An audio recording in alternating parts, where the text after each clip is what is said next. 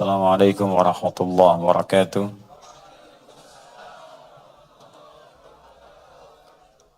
Saudara-saudariku, hadirin sekalian, alhamdulillah kembali kita dipertemukan oleh Allah Subhanahu wa taala dan masih diberikan kesempatan untuk beraktivitas, meniti sebagian dari sisa kehidupan kita untuk mencari bekal terbaik sebelum kita wafat kembali kepada Allah Subhanahu wa taala. Semoga seluruh bekal kita sampai dengan maghrib ini diterima oleh Allah Subhanahu wa taala. Dan kita sudah memasuki dengan berpindahnya maghrib tadi ke Jumat pada penanggalan di bulan Dzulhijjah 1440 Hijrah.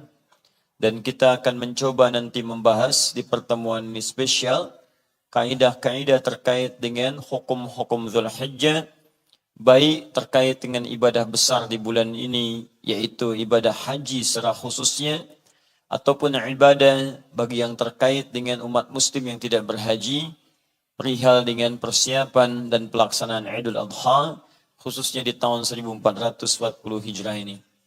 Kita selalu bermula dan mengawali kajian kita dengan bermohon kepada Allah, semoga di antara hamba-hamba Allah, baik di dekat kita, teman kita, keluarga kita, tetangga kita, ataupun juga yang terjauh, saudara sebangsa kita, di luar bangsa kita, yang belum berislam, belum mendapatkan hidayah untuk bisa diraih.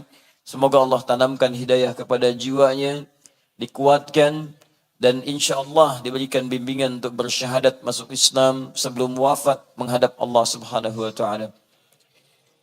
Kita juga bermohon kepada Allah, semoga orang-orang yang belum baik sampai dengan maghrib ini, matanya belum baik, telinganya belum baik, lisannya belum baik, sampai ke ujung kakinya belum baik, masih berlaku maksiat, semoga diberikan hidayah oleh Allah untuk bertaubat sebelum ia wafat. Sangat berat wafat dalam keadaan status sebagai pelaku maksiat dan akan malu berhadapan dengan Allah Subhanahu wa taala. Anda saja, saya sering sampaikan, kalau berbuat sesuatu yang buruk, Anda orang Jakarta, merantau kemudian sampai ke Bekasi misalnya, sampai ke Sumatera, sampai ke Papua, dan setiap tempat yang Anda pijak, Anda dikenal sebagai pelaku maksiat. Di Bekasi dikenal pencuri, ke Sumatera dikenal perampok, ke Papua dikenal pembegal. Pertanyaan saya, apa Anda masih punya wajah untuk berhadapan dengan ibu yang telah melahirkan Anda? Apa Anda masih punya keberanian untuk menatap ayah yang telah mendidik Anda dari sejak kecil? Untuk pulang pun bertemu orang tua, pasti Anda malu. Sekarang kita akan berhadapan dengan Allah yang menciptakan kita. Apa tak malu pulang dalam keadaan bermaksiat? Lumuran kotor dengan hal-hal yang buruk di hadapan Allah. Bertemu manusia saja, Anda masih punya malu. Apa tak malu Anda bertemu di hadapan dengan Allah Subhanahu wa taala? Karena itu bertobat kita, semoga tobat kita diterima, dan mudah-mudahan sisa hidup kita lebih baik dibandingkan hari-hari sebelumnya. Alhamdulillah hari ini, sebelum kita mulai ta'lim kita, dengan izin Allah, ada saudara kita yang insya Allah akan bersyahadat. Seperti saudara-saudari kita yang sebelum-sebelumnya, pekan lalu ada 2 orang, juga yang pertama dari Buddha, yang kedua kemudian seorang pendeta, sebelumnya ada dari Austria. Alhamdulillah kita berdoa Allah kirimkan yang dari Austria datang ke sini. Ada sebelumnya dari tempat-tempat yang lain, semoga istiqamah dengan keislamannya dan menjadi pribadi yang lebih baik. InsyaAllah kita tidak menunda lama, saya sudah berbincang tadi sedikit untuk memastikan keislaman beliau, tekadnya, apakah sudah bulat, sudah kuat, atau ingin difikirkan kembali dan menimbang-nimbang secara lebih utuh lagi. Ini saya perkenalkan dulu kepada saudara kita bahwa di sini ada kawan-kawan, saudara-saudara kita semua. InsyaAllah kalau sudah berislam, ini semuanya teman, sahabat, yang hadir bersama-sama, bahkan disebut Nabi bagaikan satu tubuh yang kalau sakit semua merasakan. Ya, yang kalau senang semua berbahagia. Itu kita butuh itu sekarang. Kita butuh aktualisasi Al-Quran dan Hadis, bukan sekedar menjadi tulisan yang dibaca di kitab atau pelajaran yang didendangkan di setiap pengajian-pengajian tapi isinya nggak ada. Katanya satu tubuh, kalau sakit bisa saling merasakan. Saudara kebanjiran, yang satu malah sibuk memvideokan. Terjadi kebanjiran dekat tetangga saya. Ente kemana gitu kan? Yang satu kebakaran, yang lain ikut menikmati. Kan aneh. Bahkan pernah satu kali di komplek kebanjiran. Yang bapaknya gendong anaknya. Bahkan dia kena tipes, istrinya mengiringi. Tetangganya mancing di samping. Banjir Pak, katanya. Masya Allah. Baik, kita perbaikilah nilai-nilai itu.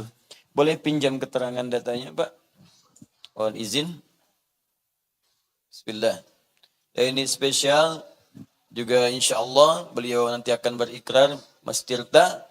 Selain disaksikan oleh kita semua, disaksikan insya Allah oleh Allah dan malaikatnya, juga sebagai saksi yang insya Allah dituliskan di administratif, hadir bersama kita Pak Ketua MPR, ya Bapak Dr. Zulkifli Hasan, ya mudah-mudahan semuanya lengkap insya Allah. Secara legal formal ada Pak Ketua MPR, ya secara spiritual ada malaikat melihat Mas, ya. Nah, cuman memang sifatnya gaib, ya kalau tampak bisa nggak jadi gitu, ya. Mas tanya Anda siapa? Saya malaikat maut. Nah, repot. Baik, boleh izin ya. Gunakan ini. Boleh. Saya cek sebentar ya Mas ya. Bismillah. Nama Tirta Setia Negara. Betul, Ustaz. Masya Allah. Tirta Setia Negara. Nah, wakilnya Pak Ketua MPR sudah hadir. Ya. Ini spesifik. Kenapa saya bilang mesti wakilnya Pak Ketua MPR, saksinya datang sendiri dengan izin Allah. Karena memang setia negara gitu. Baik. Alhamdulillah. Lahir Jakarta 20 Juni 1986 ya. Saya sudah tanya tadi kenapa beliau masuk Islam. Tapi saya ingin tegaskan kepada beliau, Mas Tirta, dan juga semuanya. Barangkali nanti ada di antara familinya, tetangganya, kerabatnya ingin berislam. Tolong pastikan 3 syarat yang pernah saya tegaskan. Awas hati-hati. Pertama, mohon izin Mas Tirta, ini cuma di Islam ya. Ditemukan ketentuannya dengan jelas. Dan Anda sulit menemukan di kepercayaan lain. Yang tertulis langsung. Tidak boleh ada paksaan bagi seseorang untuk memeluk Islam. Dipastikan setiap orang yang akan memeluk Islam, tanyakan, ada paksaan gak? Baik secara lembut, apalagi kasar. Itu ketentuan di Quran surah kedua, ayat 256. La ikraha fid din. Tidak boleh paksa orang untuk memeluk ad-din. Ad-din di sini Islam. Quran surah ke-3 ayat 19. Inna ad-dina 'indallahil Islam. Yang dimaksud ad-din di sisi Allah itu Islam. Jadi enggak boleh paksa orang.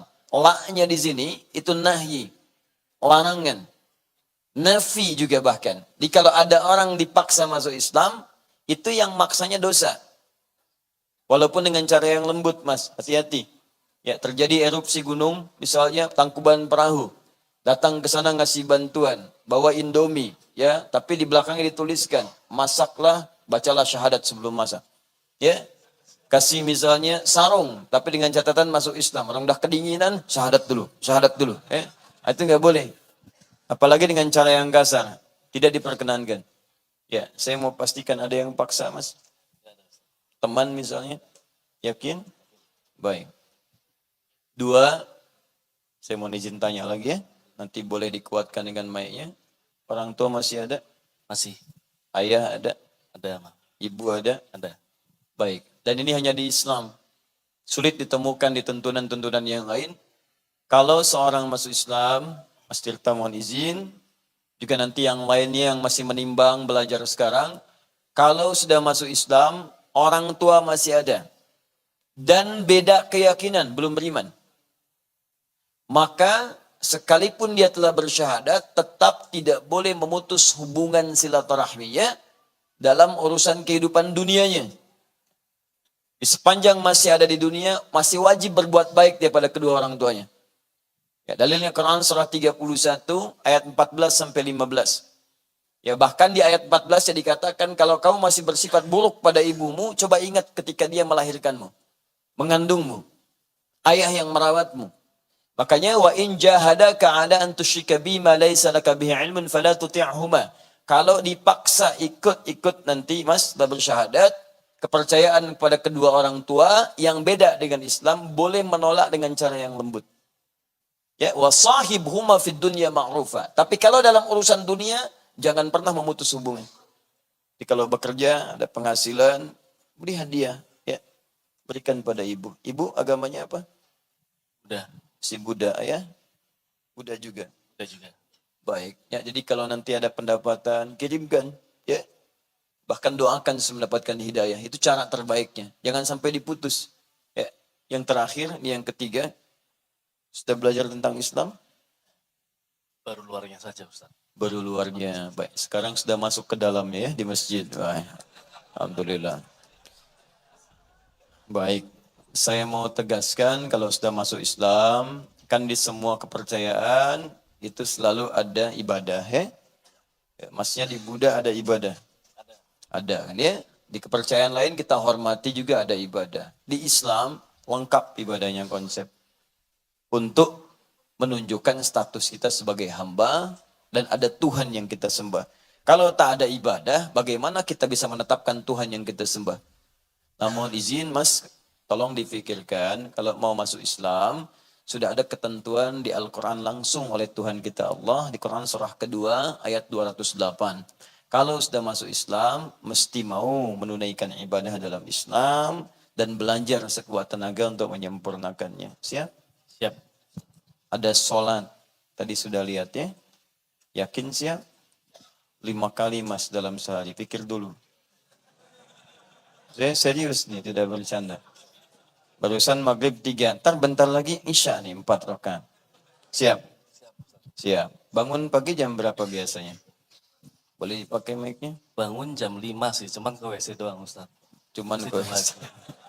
Oke. Biasa seperti itu Ustaz. Nah, balik lagi. Baik ya. Baik. Nanti sudah masuk Islam, bangunnya bisa jam 4 tuh. Bisa. Ke WC juga gitu. Setelah itu wudhu, sholat, ya latihan pelan-pelan. Siap? Baik. Insyaallah. Ada puasa saat Ramadan. Sudah pernah lihat puasa? Baik. Siap kalau harus puasa. Siap. Siap. Sampai maghrib Mas nggak main-main. Dari jam 5 tuh. Bisa. Insyaallah Ustaz. Insya Allah, Masya Allah. Tuh, ya. Baiklah. Yakin ya? Sudah siap? Siap. Sempurna insya Allah. Baik. Saya beri pilihan terakhir ya. Oke. Baik. Mau 50-50, kalau friend, atau apa. Sudah cukup? Siap insya Allah. Baik. Bismillah. Izin Pak Temper, saya bimbing. Jangan buru-buru ya. Baik. Ikuti saya saja, pelan-pelan saja. Ya, ini nggak usah dilihat, nanti lihat saya saja. Ikuti pelan-pelan, jangan buru-buru. Ucapkan dengan hati ya, paling dalam. Bismillahirrahmanirrahim. Ar-Rahim. Ar-Rahim. Ashhadu Ashadu alla alla ilaha ilaha illallah illallah illallah illallah wa ashhadu wa asyhadu wa wa ashhadu ashadu anna anna Muhammadan Muhammadan Rasulullah. Rasulullah.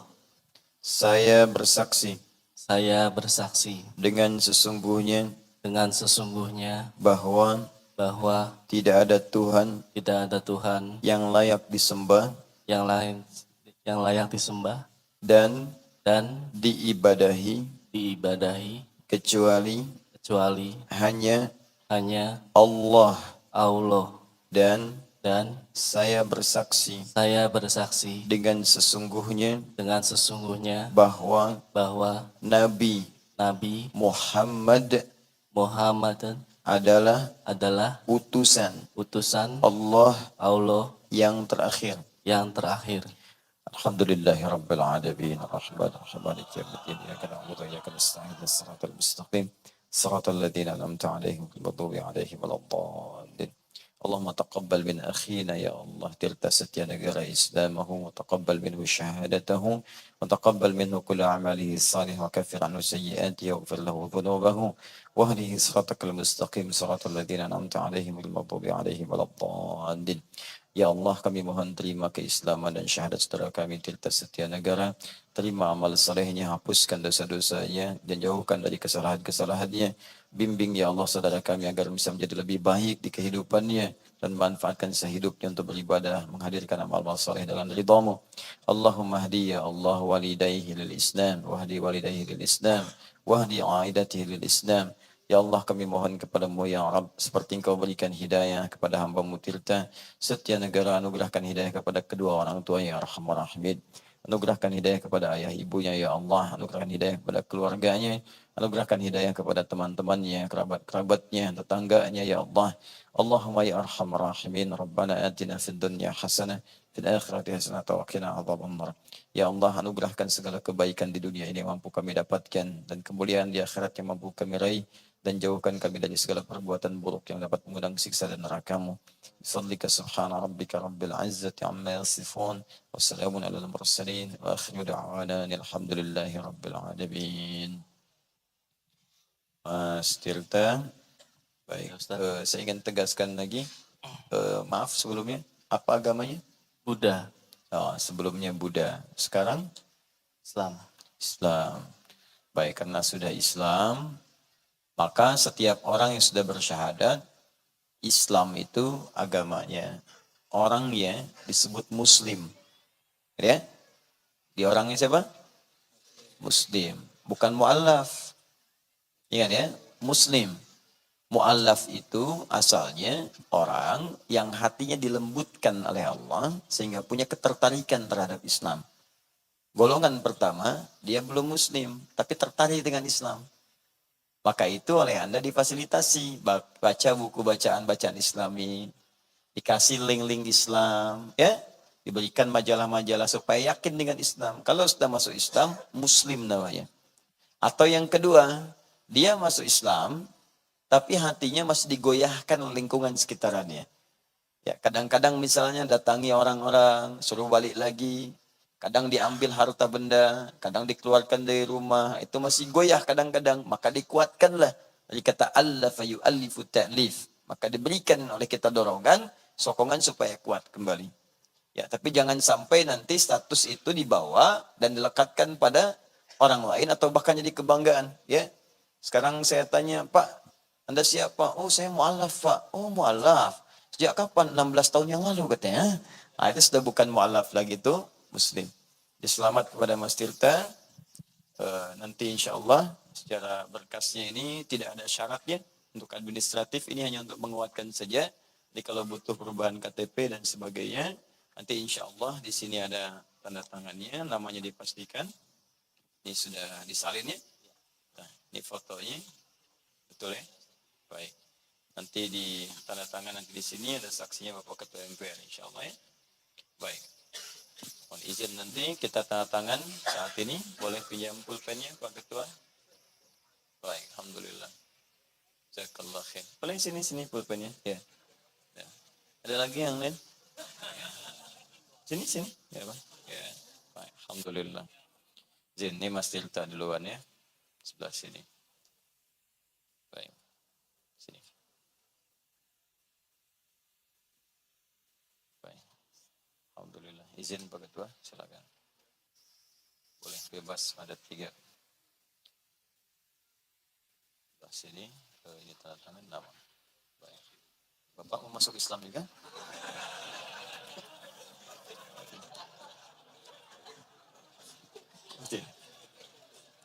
Oh, Ketua DKM, Masya Allah.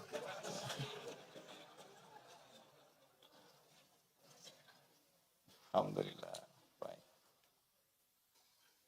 Silahkan Pak Ketua DKM, tanda tangan. Baik.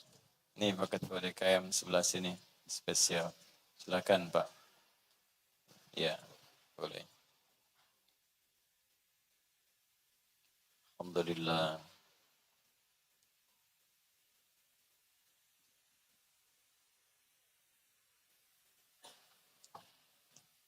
Bismillahirrahmanirrahim. Saya tanda tangan ya.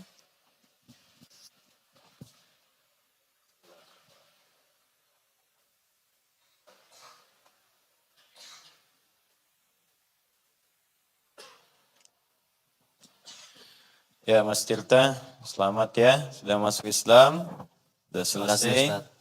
Dan insya Allah orang yang baru berislam, oleh Allah dihapuskan kekurangan-kekurangannya, kesalahan-kesalahannya. Jadi mulai sekarang jaga ya, supaya lebih baik daripada hari kemarin ya. Ada yang lebih hebat. Dulu ada pernah zaman Nabi, Pak Ketua MPR, orang masuk Islam datang dengan untanya. Begitu selesai bersyahadat, tiba kemudian dia mau pulang, untanya kepleset. Untanya mati, orang yang meninggal. Kata Nabi, langsung Nabi katakan, ini orang keuntungannya paling banyak. Modal dikit syahadat, keuntungan banyak masuk surga. Karena dengan bersyahadatnya gugur semua dosa-dosanya, dan kemudian terjaga dengan syahadatnya. Inilah iman yang tanpa bercampur kekurangan. Masya Allah. Mau begitu Mas? Begitu syahadat keluar kepleset. Surga loh. Insya Allah ya. Kita perbaiki dulu. Mohon izin ya. Selamat ya.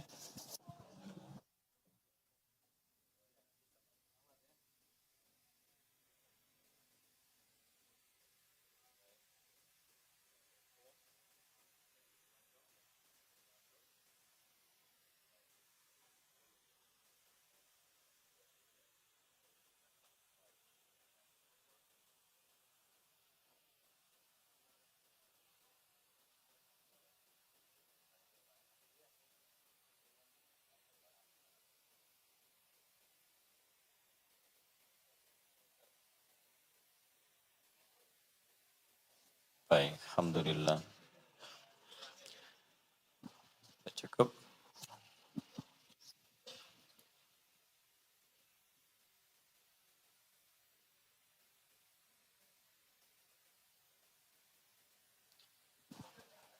Bismillahirrahmanirrahim. Seperti disampaikan bahwa malam hari ini kita akan spesial membahas tentang terkait hukum-hukum yang terkait berkelindan dengan suasana Dzulhijjah. Karena itu, untuk kajian pembahasan tafsir yang kita sudah mulai dengan pembahasan surah Al-Fatihah, kita simpan sejenak, karena pembahasan hukum ini berlangsung setahun sekali. Dalam kaidah fiqih, ada yang dikenal dengan aulawiyah, hal-hal yang prioritas. Jikalau prioritasnya tiba, maka yang rutinitas itu bisa disimpan terlebih dahulu. Contoh, Anda mulai rutinitas puasa Senin, tambah Kamis. Bertepatan dengan Ayyamul Bid, sedangkan Ayyamul Bid itu waktunya datang cuma pertengahan bulan. Maka dahulukan yang Ayyamul Bidnya, tunda kemudian yang Senin Kamisnya. Ayyamul Bid bertepatan dengan misalnya Senin, Selasa, Rabu. Maka Alhamdulillah niatkan untuk Ayyamul Bidnya, Seninnya, Selasa, Rabu. Kamisnya kembali puasa sunnah lagi. Beruntungnya dalam kaidah fiqih diikat oleh hadis Nabi sallallahu alaihi wasallam, "Idza maridal 'abdu aw safar, kutiba lahu mithla ma kana 'alaihi muqiman sahiha." Kalau seorang hamba terbiasa melakukan rutinitas, kemudian dia punya uzur karena sakitkah, dalam perjalanankah, atau hal tertentu yang membuat dia tidak bisa mengerjakan amalan rutinnya, maka amalan rutin itu tetap dituliskan pahalanya sekalipun dia tidak mengerjakannya. Jadi kalau Anda terbiasa puasa Senin Kamis, jatuh Ayyamul Bid misalnya di hari Senin, Anda niatkan Ayyamul Bid, biasanya puasa yang Senin rutin, maka sekalipun niatnya Ayyamul Bid, pahala Senin yang rutin itu dituliskan sempurna. Nanti puasa Arafah, ya tanggal berapa nanti? 9 Dzulhijjah, ya 9 Dzulhijjah, bukan 10 Agustus, ya 9 Dzulhijjah. Begitu Anda puasa Arafah, misal tanggal 9, bertepatan dengan puasa sunnah Anda misalnya. Bahkan yang puasa Daud, niatkan untuk Arafah, maka yang Daudnya ikut sebagai pahalanya. Rumus salat sama. Anda biasa salat sunnah, ba'diyal zuhur misalnya, ya, qabliyal zuhur. Anda ikut dengan qasar karena perjalanan panjang. Qasar itu menyingkat, yang 4 jadi 2. Zuhur jadi 2, asar jadi 2, dijamaahkan. Dan tidak perlu Anda kerjakan salat sunnah lagi. Mohon izin, jangan terlampau soleh. Karena yang fardunya, jadi kurangi, masa mau ditambah dengan sunnah itu kan? Maka Anda simpan misalnya sunnahnya, walaupun tak ngerjakan sunnahnya, pahalanya tetap dituliskan. Karena sudah jadi kebiasaannya. Yang paling dahsyat praktek hadis ini ke perempuan. Ya, perempuan itu kalau dalam sucinya selalu beramal saleh, rajin baca Al-Quran, sholat sunnah, dia senantiasa sedekah. Dalam masa haidnya, dia libur sholatnya. Ya, dalam keadaan tak bisa sholat itu, keadaannya ma'zur syar'i, dibenarkan secara syariat, ya, gak bisa dia ibadah pada saat itu, yang tidak dibenarkan untuk dia kerjakan, maka walaupun dia tak sholat, pahala sholat diberikan kepadanya. Maka rugi kalau ada perempuan yang saat sucinya cuma sholat fardu saja. Rugi dia. Kenapa? Karena saat liburnya itu cuma fardu yang diberikan. Tapi kalau dia sering sholat sunnah, sering tahajud, pahalanya banyak. Kalaupun nggak tahajud, pahala tahajud dituliskan. Nggak duha, pahala duha dituliskan. Makanya saya nasihatkan pada akhwat, ibu-ibu, ya, perempuan-perempuan, ya, remaja-remaja yang di bawah, yang hadir ataupun yang tergabung dengan tayangan kami, cepat saat suci maksimalkan. Karena kalau sudah tiba monoposnya, kembali seperti laki-laki. Ya, itu poin-poin penting yang kita dapatkan. Ayo kita kembali kepada poin pembahasan bulan Dzulhijjah. Pertama kita bahas di pertemuan ini insyaallah tentang hukum haji dalam Al-Quran dan sunnah Rasulullah SAW. Pertemuan berikutnya nanti kita masuk dalam pembahasan hukum Idul Adha. Kalau saya bilang hukum, berarti semua yang terkait dengan pembahasan itu. Haji, semua yang terkait dengan pembahasan haji. Mulai saat persiapan haji, seperti apa kalau ingin haji. Gitu ya? Yang kedua, pelaksanaan haji, apa yang dilakukan saat haji. Dan yang ketiga, pasca haji. Ukuran seseorang diterima atau tidaknya hajinya oleh Allah Subhanahu wa taala. Parameter keberhasilan haji seseorang, apa ukurannya dalam Al-Quran dan sunnah Rasulullah sallallahu alaihi wasallam. Jelas sampai di sini? Baik, kita mulai pembahasan kita. Bismillahirrahmanirrahim. Hukum haji dalam Al-Quran dan sunnah Rasulullah sallallahu alaihi wasallam. Ayat pertama, Quran surah kedua Al-Baqarah ayat 196. Quran surah kedua Al-Baqarah ayat 196. Paling kiri sebelah bawah di mushaf. Baik, agak cepat. Wa atimmul hajja wal umrata lillah. Wa atimmul hajja. Perhatikan terjemahannya di mushaf terjemahan. Dan sempurnakanlah oleh kalian al-hajja, ibadah haji itu dengan benar. Wal umrata, juga umrah yang kalian kerjakan dengan benar. Lillah, ukuran pertama kebenarannya, niatkan semua ibadah itu karena Allah Subhanahu wa taala. Niatkan semua ibadah itu karena Allah Subhanahu wa taala. Tahan sampai sini. Ya, sekarang mari kita bahas tafsirnya sebenarnya. Jika dalam Al-Quran atau dalam hadis ada kalimat yang mengiringi perintah ibadah dengan bahasa sempurnakan. Sempurnakan, sempurnakan, sempurnakan. Maka sebagian pakar tafsir memberikan penjelasan bahwa makna kalimat sempurnakan itu bukan sekedar penekanan untuk menyempurnakan. Tapi juga isyarat ada orang yang menunaikannya dengan cara yang tidak sempurna. Di ketika Allah mengatakan wa atimmul hajja, sempurnakan haji. Itu artinya ada orang pergi haji tapi nggak sempurna hajinya. Wal umrah, sempurnakan umrah. Artinya ada orang berangkat umrah tapi nggak sempurna umrahnya. Itu sangat disayangkan. Awas ya, hati-hati nih. Ibadah itu nanti jenisnya ada 3. Ibadah fisik, ibadah harta dan fisik. Ibadah fisik seperti sholat. Sholat itu ibadah fisik, bukan ibadah harta. Dari mulai takbir sampai salam. Dan tidak terkait dengan harta. Karena itu nggak pernah ditemukan dalam sejarah. Sampai sekarang ada orang sholat suruh bayar. Nggak ada. Datang ke alisan, ketemu DKM yang tadi misal. Ya. Ditanya mau kemana? Sholat pak. Sholat apa? Zuhur. Berapa rakaat? 4 rakaat. Baik, setiap rakaatnya 50.000 ya. Nah. Itu pasti keliru. Tidak ada kaitan ibadah fisik dengan harta. Yang kedua, ada ibadah harta saja. Yang dikeluarkan harta. Zakat, infak, sedekah. Zakat sifatnya wajib. Kalau sudah masuk dalam kategorinya, cepat keluarkan. Dan teman yang tahu, ingatkan dia. Kalau sayang, ingatkan.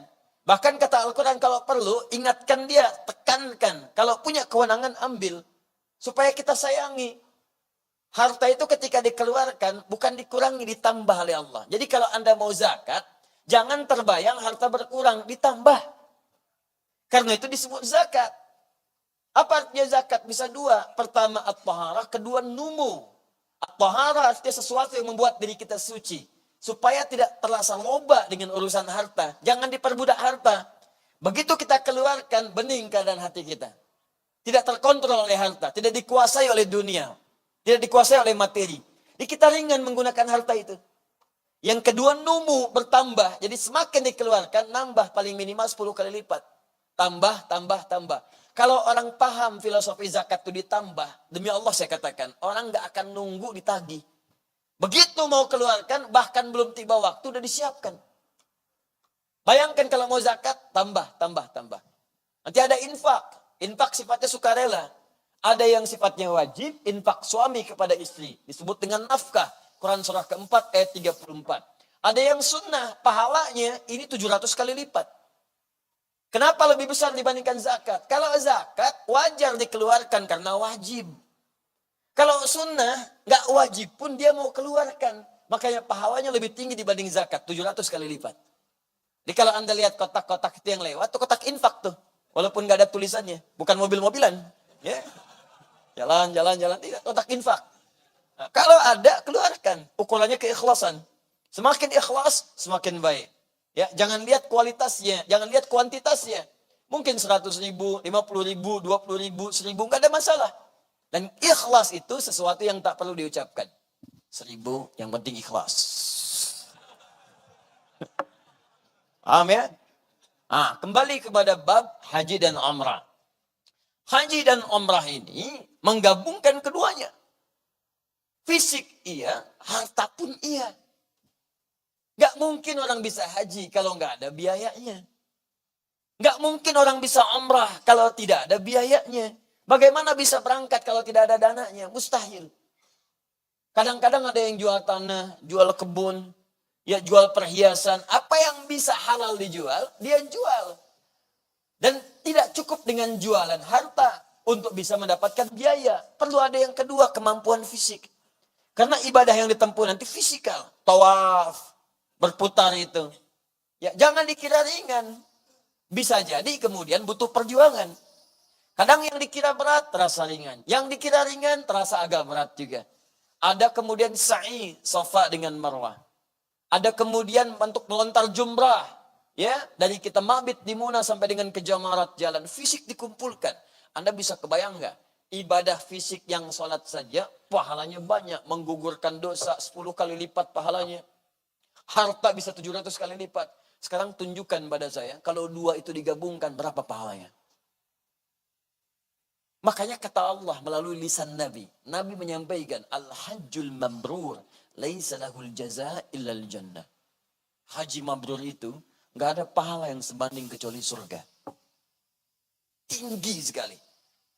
Makanya sayang kalau ada orang berangkat, gak sempurna hajinya, sayang. Ya sholat gak sempurna jadi ulang. Zakat gak sempurna, sayang.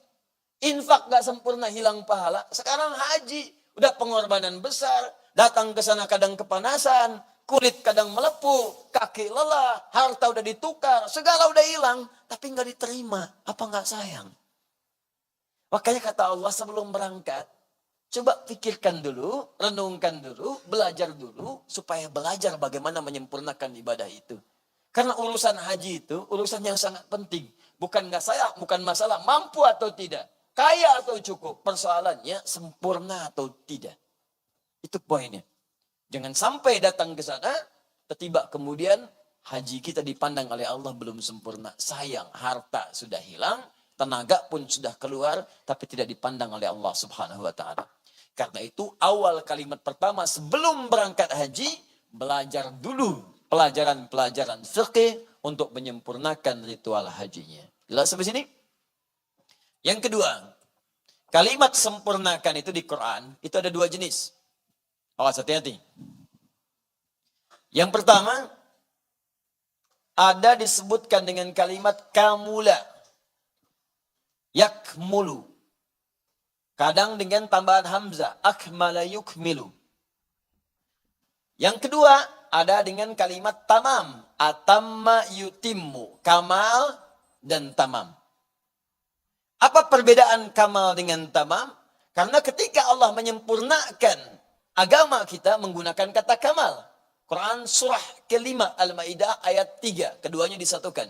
Al-yawma akmaltu lakum dinakum wa atmamtu alaikum ni'mati wa raditu lakumul islam madina. Hari ini aku sempurnakan ketentuan agamaku untuk kalian. Tapi yang paling menarik, urusan nikmat pun harta pun disempurnakan juga. Dan aku sempurnakan nikmatku untukmu. Ketika menggunakan kalimat menyempurnakan agama, menggunakan kamal. Ketika menggunakan kalimat tamam untuk harta.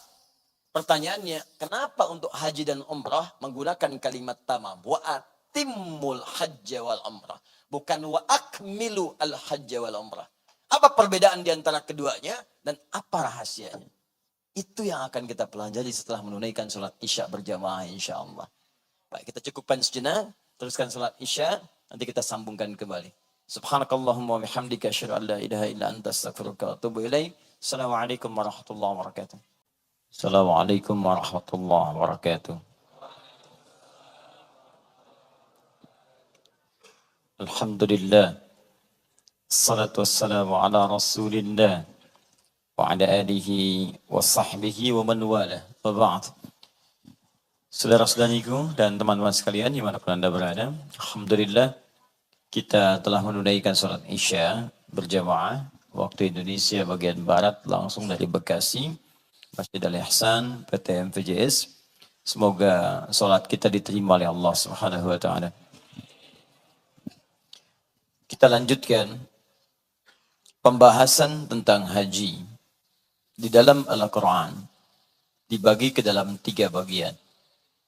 Amalan pra-haji, amalan proses haji saat sedang menunaikannya, dan yang ketiga, amalan pasca haji. Dalam amalan pra-haji ini, pertama Allah memberikan pesan pada siapapun yang hendak menunaikan ibadah haji, baik dalam tahap persiapan, perencanaan, ataupun juga akan menjelang keberangkatan, maka pesan pertama dari Al-Quran, mesti belajar dengan baik untuk menyempurnakan haji ataupun umrah yang akan dilakukan. Sayang-sayang biaya sudah keluar, tenaga disiapkan, tapi mendapatkan penilaian yang nihil di sisi Allah Subhanahu wa Ta'ala. Kemudian selanjutnya, kalimat menyempurnakan ini menggunakan kata tamam, derivasi kata tamam. Atamma yutimmu wa atimmul hajja.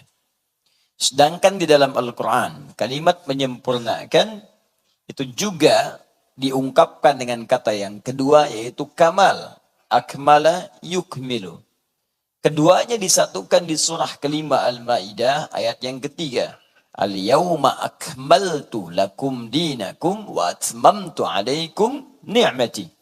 Pada hari ini aku sempurnakan, kata Allah, untukmu seluruh ketentuan dalam agamaku.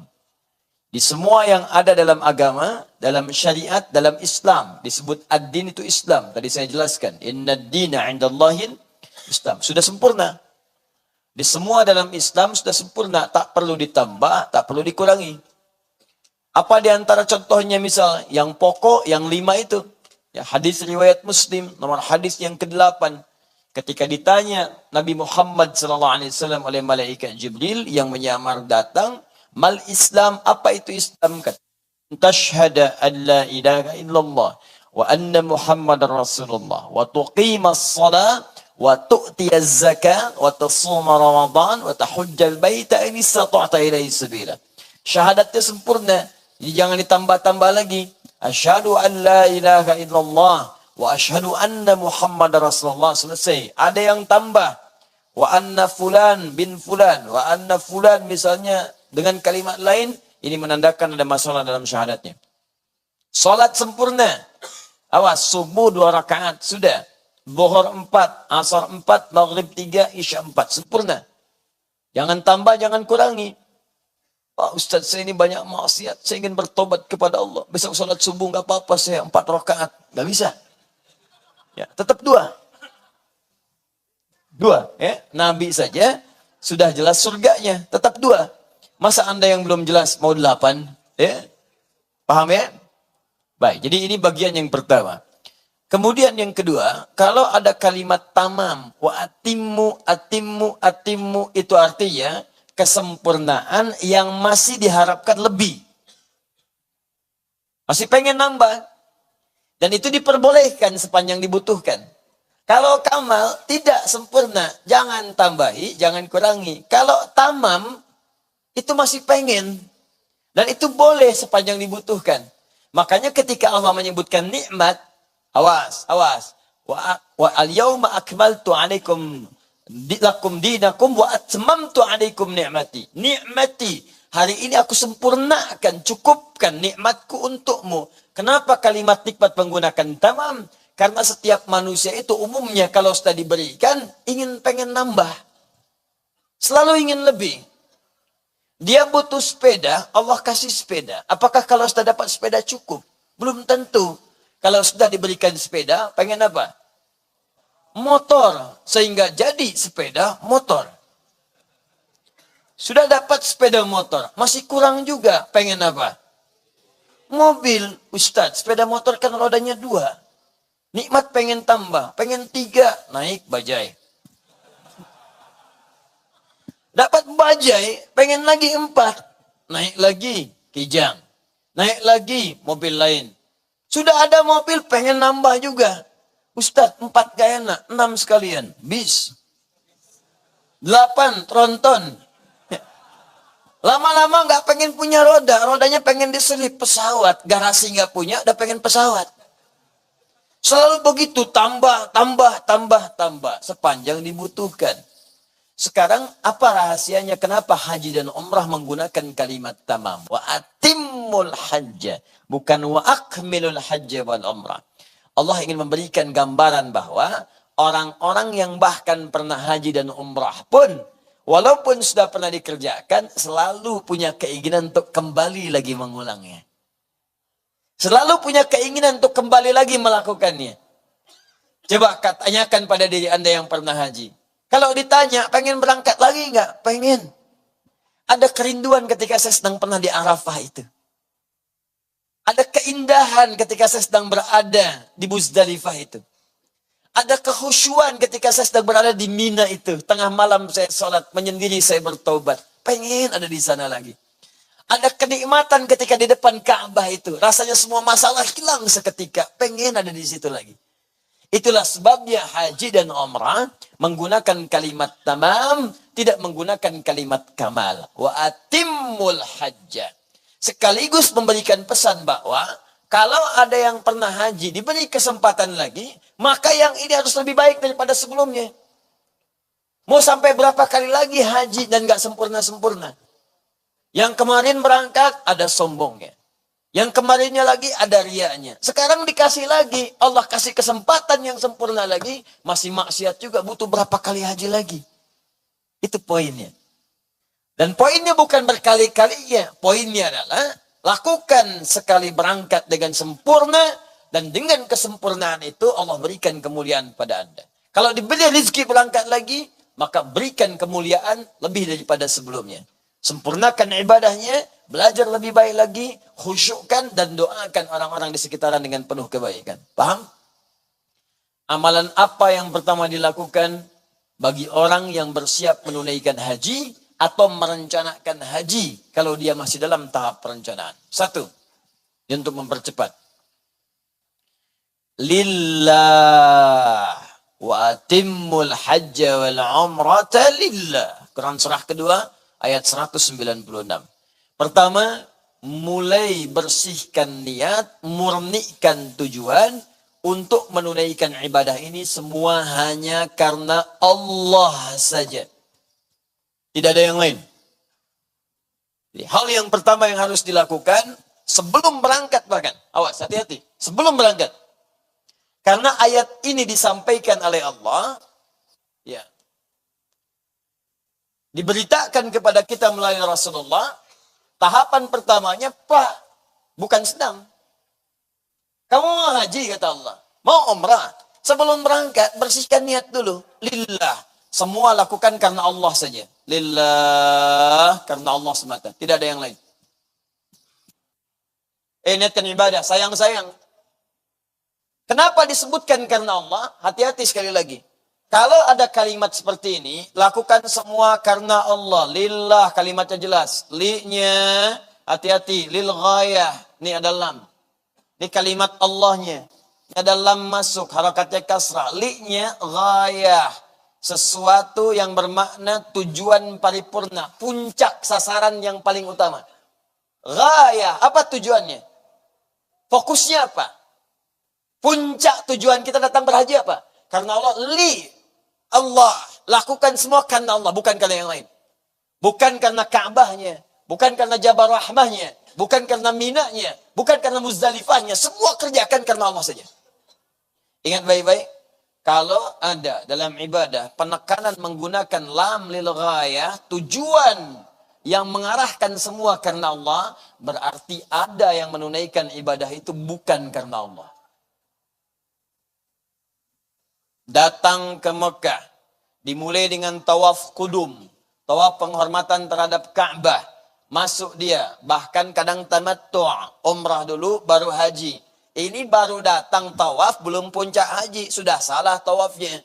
Orang berniat lillah, subhanallah, walhamdulillah, wala ilaha illallah, wallahu akbar. Dimulai dari Hajar Aswad sampai dengan ke Maqam Ibrahim. Setelah bismillahi Allahu akbar, ikhlas lillah, kerjakan karena Allah.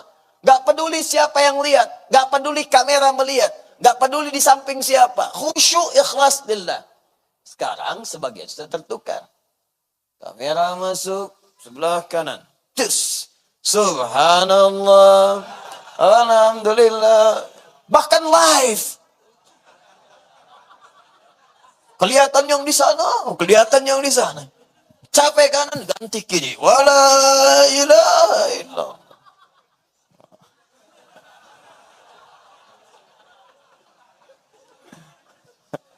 Assalamualaikum. Nah, ini jadi masalah. Hati-hati. Ria. Nah, itu lawan dari ikhlas. Musuhnya ikhlas itu ria.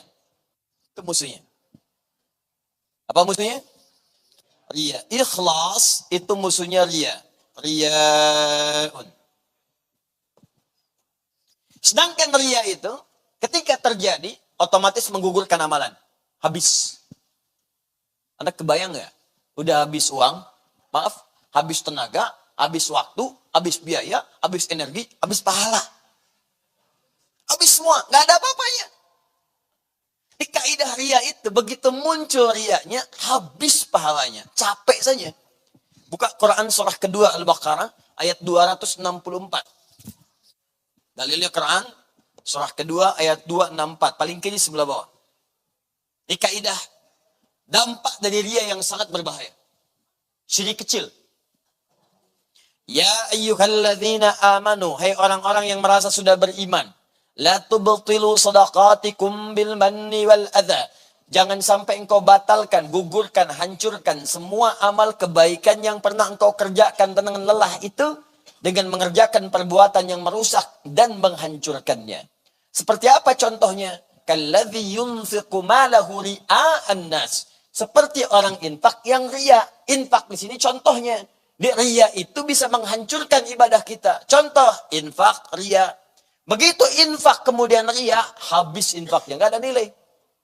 Mau infak, ikut bangun Masjid Al-Ihsan. Masya Allah. Berapa nyumbangnya? 100 juta. Tapi bikin spanduk dari Sabang sampai Merauke. Habis amal. Sholat ria, bahaya, celaka bahkan. Ada orang infak ria. Sholat ria ada. Muncul ayatnya. Fawailul lil musallin. Alladzina hum an salatihim sahun. Alladzina hum yura'un.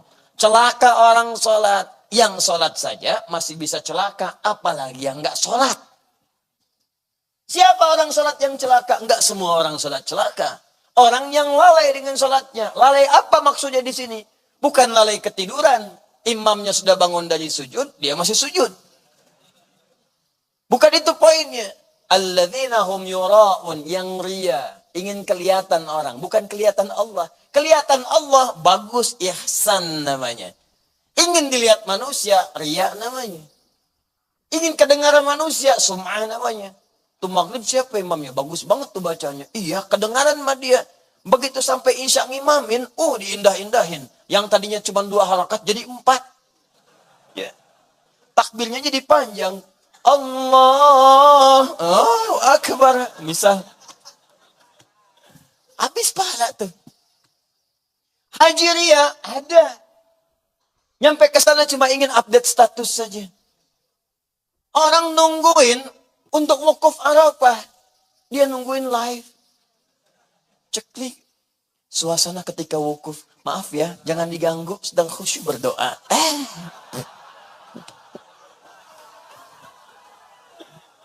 Katanya jangan diganggu. Tapi update gitu. Itu hati-hati tuh.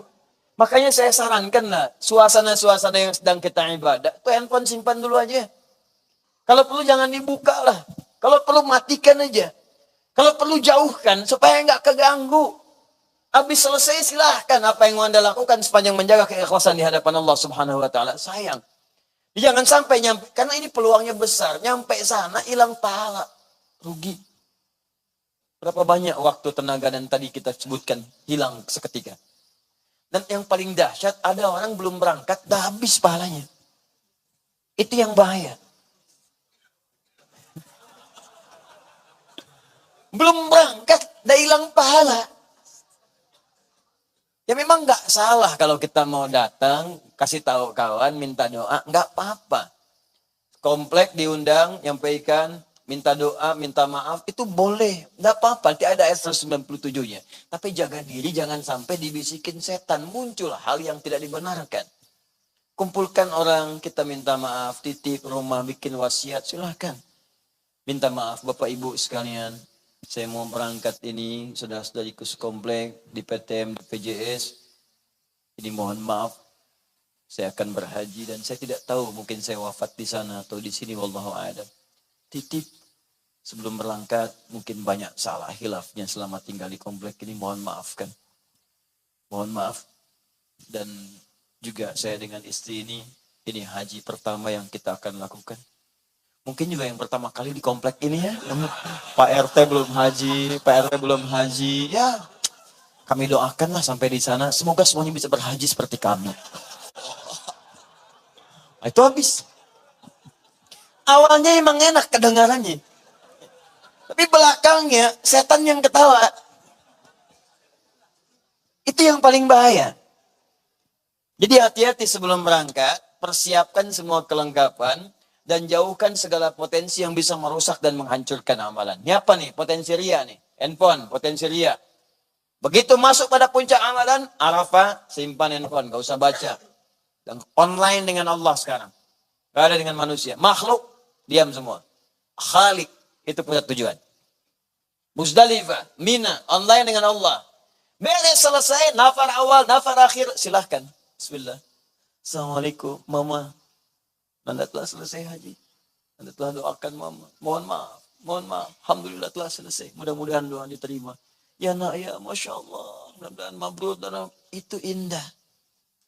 Bukan saat di Arafah, Ma. Mumpung di Arafah nih. Cepat mau minta apa? Mustajab, Ma.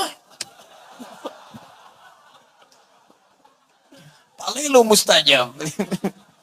Ayo fokus ibadah. Jelas ya? 1, 2. Pelan-pelan. Masuk ayat 197. Paling kanan sebelah atas. Tadi dibacakan imam kita. Al-hajju ashhurum ma'lumat.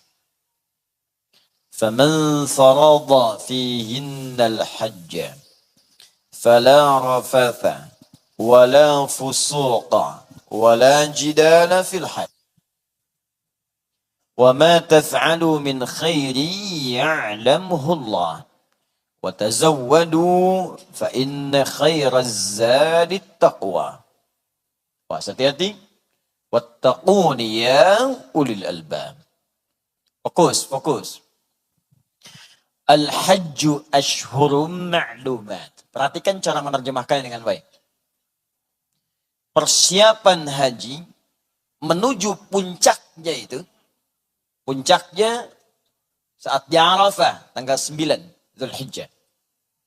Persiapan haji, perhatikan cara menerjemahkannya. Karena di terjemahan ini nggak sampai makna ini. Saya berikan tafsirnya langsung.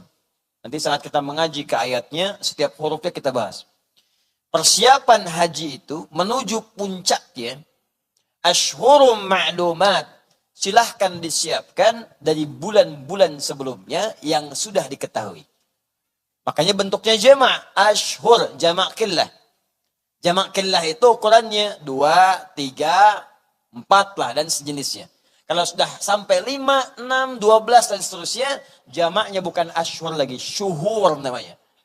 Karena itu ketika Allah menyebutkan setahun 12 bulan tidak menggunakan ashhur tapi syuhur. Quran surah 9 ayat 36. Inna iddatash syuhuri 'indallahi 12 syahran fi kitabillah. Jumlah bilangan bulan dalam setahun 12 syuhur. Tuh lihat, saya mau katakan begini, ini kalau Al-Quran bukan firman Allah, mustahil diksinya sempurna begini. Ini tepat sesuai dengan konteksnya. Kalau bukan firman Allah, mustahil, nggak ada manusia yang bisa begini. Mustahil. Dan nggak pernah berubah dari zaman dulu, jahiliyah sampai sekarang. Sama semua redaksinya. Sama persis. Nah, al-hajju, persiapan menuju puncak haji. Kalau mau siap-siap, kalau bahasa bebasnya begini. Kalau mau siap ingin haji, kalau pengen berangkat, kalau pengen merencanakan, jangan mepet-mepet dari jauh-jauh sebelumnya siapkan. Siapkan persiapannya supaya persiapan sempurna sebelum berangkat. Apakah sebulan sebelumnya, 2 bulan sebelumnya, 3 bulan sebelumnya, silahkan. Siapkan dengan baik.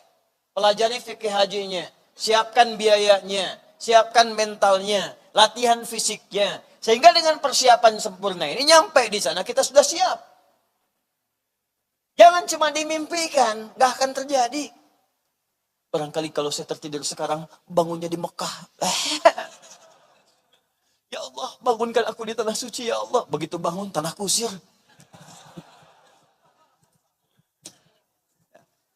Jelas ya? Nah, ini bagian pertama. Apa persiapan pertama? Bagi yang belum kemudian pasti tanggalnya, masih merencanakan keberangkatannya, bikin rencana yang pasti. Kapan Anda mau berangkat? Ayo langsung tetapkan. Tahun ini kah? Tahun depan? 2 tahun lagi? Siapkan. Jangan bikin jawaban yang nggak jelas. Niatnya sudah ada, cuman menunggu izin Allah. Anda siapkan dari sekarang. Apa yang harus Anda lakukan? Berusaha sampai mampu. Berusaha untuk mampu itu disebut istita'ah namanya. Di istita'ah itu asalnya bukan mampu, berusaha untuk mampu. Berusaha untuk mampu. Quran surah ketiga ayat 96 sampai 97. Ya, Quran surah 3 Ali Imran ayat 96 sampai 97. Inna awwala baitin wudi'a lin-nas lalladzi bi Bakkah mubaraka. Awas hati-hati. Awas hati-hati. Wa hudan lil alamin. Fihi ayatun bayyinatun maqamu Ibrahim. Faman dakhalahu kana amina walillahi 'alan nasi hajjul baiti man istata'a ilaihi sabila.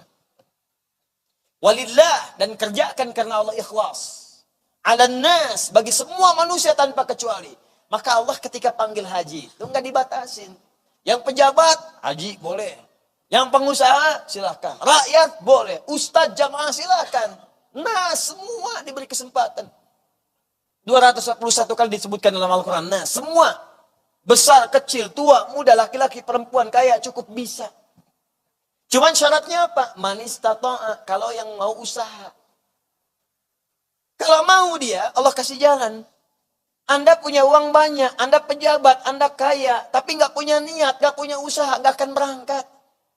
Betapa banyak uangnya banyak, orang uangnya banyak, mengalir miliaran, triliunan. Gaji. Betapa banyak orang punya kedudukan, udah dikasih visa nih. Duta besarnya udah ngasih, Pak, Bapak silakan berhaji. Aduh, sekarang masih sibuk, entar aja deh, entar aja. Jadi kalau tidak ada usaha untuk berangkat, nggak akan jadi. Ukuran haji itu bukan kaya, bukan cukup, bukan. Ada nggak usaha kita untuk menjemput undangan Allah itu? Undangan diberikan kalau Anda mau mengambilnya. Kalau Anda mau datang, diberikan. Tapi kalau Anda nggak usaha, nggak akan dapat. Bagaimana cara usahanya? Banyak. Yang paling dahsyat, saya berikan rahasia kalau pengen cepat. Rahasia, awas, antara kita saja nih. Amalkan Quran surah kelima, ayat 35. Amalkan Quran surah kelima, ayat 35. Paling kanan sebelah bawah. Ya ayyuhalladzina amanu taqullaha wabtaghu ilaihil wasilah. Hei orang-orang telah punya iman, tingkatkan takwamu kepada Allah, cari wasilah untuk mewujudkan doa yang kamu mohonkan, untuk mewujudkan harapan yang kamu inginkan, mimpi yang bisa kamu eksekusi. Jadi caranya tingkatkan takwa. Takwa itu paling cepat. Apa di antara ikhtiar takwa itu? Ayo cari, bismillah. Anda usaha, lakukan karena Allah. Maka Allah akan tambahkan sebagian rezeki, tabungkan tuh haji, nabung. Nabung, nabung, nabung. Berhaji tidak cukup dengan amin. Nabung. Cari, cari. Ya, semoga insya Allah dipercepat yang belum haji untuk berhaji. Tidak cukup dengan amin. Nabung. Nabung. Ikhtiar. Berusaha. Kalau nggak ada untuk mendapatkan itu, dengan amal soleh. Bangun salat malam, niatkan untuk bisa berhaji. Puasa, niatkan berhaji. Ikut ta'lim, niatkan untuk bisa haji. Walaupun cuma mulung-mulung, dapat, yang penting dapat, niatkan supaya dapat haji. Gak apa-apa, 1 rupiah, 2 rupiah, 100 rupiah, 1000 rupiah. Niatkan, ya Allah, haji ya Allah. Pengen tahun depan ya Allah. Itu cepat. Saya sampaikan, biasanya kami kalau tiap tahun, buka manasik terbuka untuk siapapun, walaupun kami nggak berangkat. Selalu saya sampaikan, kalau ingin haji, niatkan, minta sama Allah. Walaupun kita cuma manasik depan Ka'bah miniatur ini, minta sama Allah. Yang lain yang sibuk video, foto satu orang, itu neteskan air mata. Neteskan dia. Nah, sepekan sebelum haji, ini kisah nyata ini. Dan 2 kali kejadian seperti itu, mirip-mirip. Sepekan sebelum haji, kita ada taklim, saya tidak berangkat tahun itu. Orang itu hilang. Hilang, gak kelihatan, mana orang itu. Selepas selesai haji, kita ada taklim lagi. Tiba-tiba muncul lagi orang itu. Antum kemana? Saya bilang, gak nampak kemarin. Ustadz, saya haji kemarin. Masya Allah, itu bisa aja. Gimana ceritanya? Wah, Ustaz katanya. Panjang sebetulnya. Ya udah kalau panjang, antum yang ceramah ntar.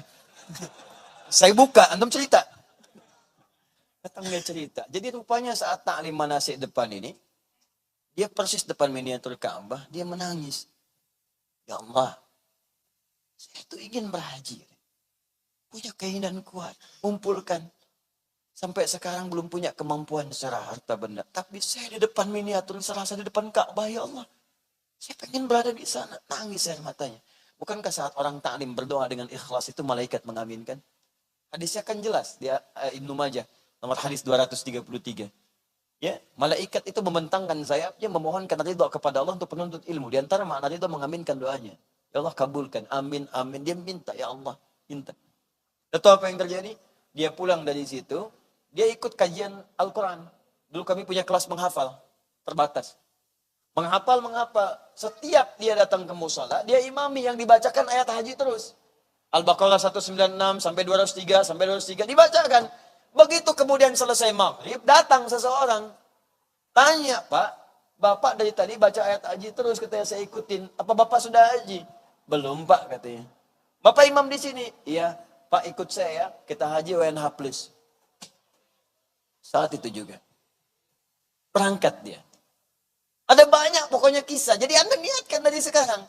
Nah kalau sudah jelas, alhamdulillah ada undangan, siap berangkat, maka masuk step berikutnya. Sebelum berangkat ke sana, sudah jelas waktu tentukan. Ayo, kapan mau berangkat? Travel mana untuk berangkat itu? Setelah siap semuanya, teknisnya sudah bagus, maka perhatikan apa yang Al-Quran sampaikan. فَمَنْ فَرَضَ فِيهِنَّ الْحَجَّ.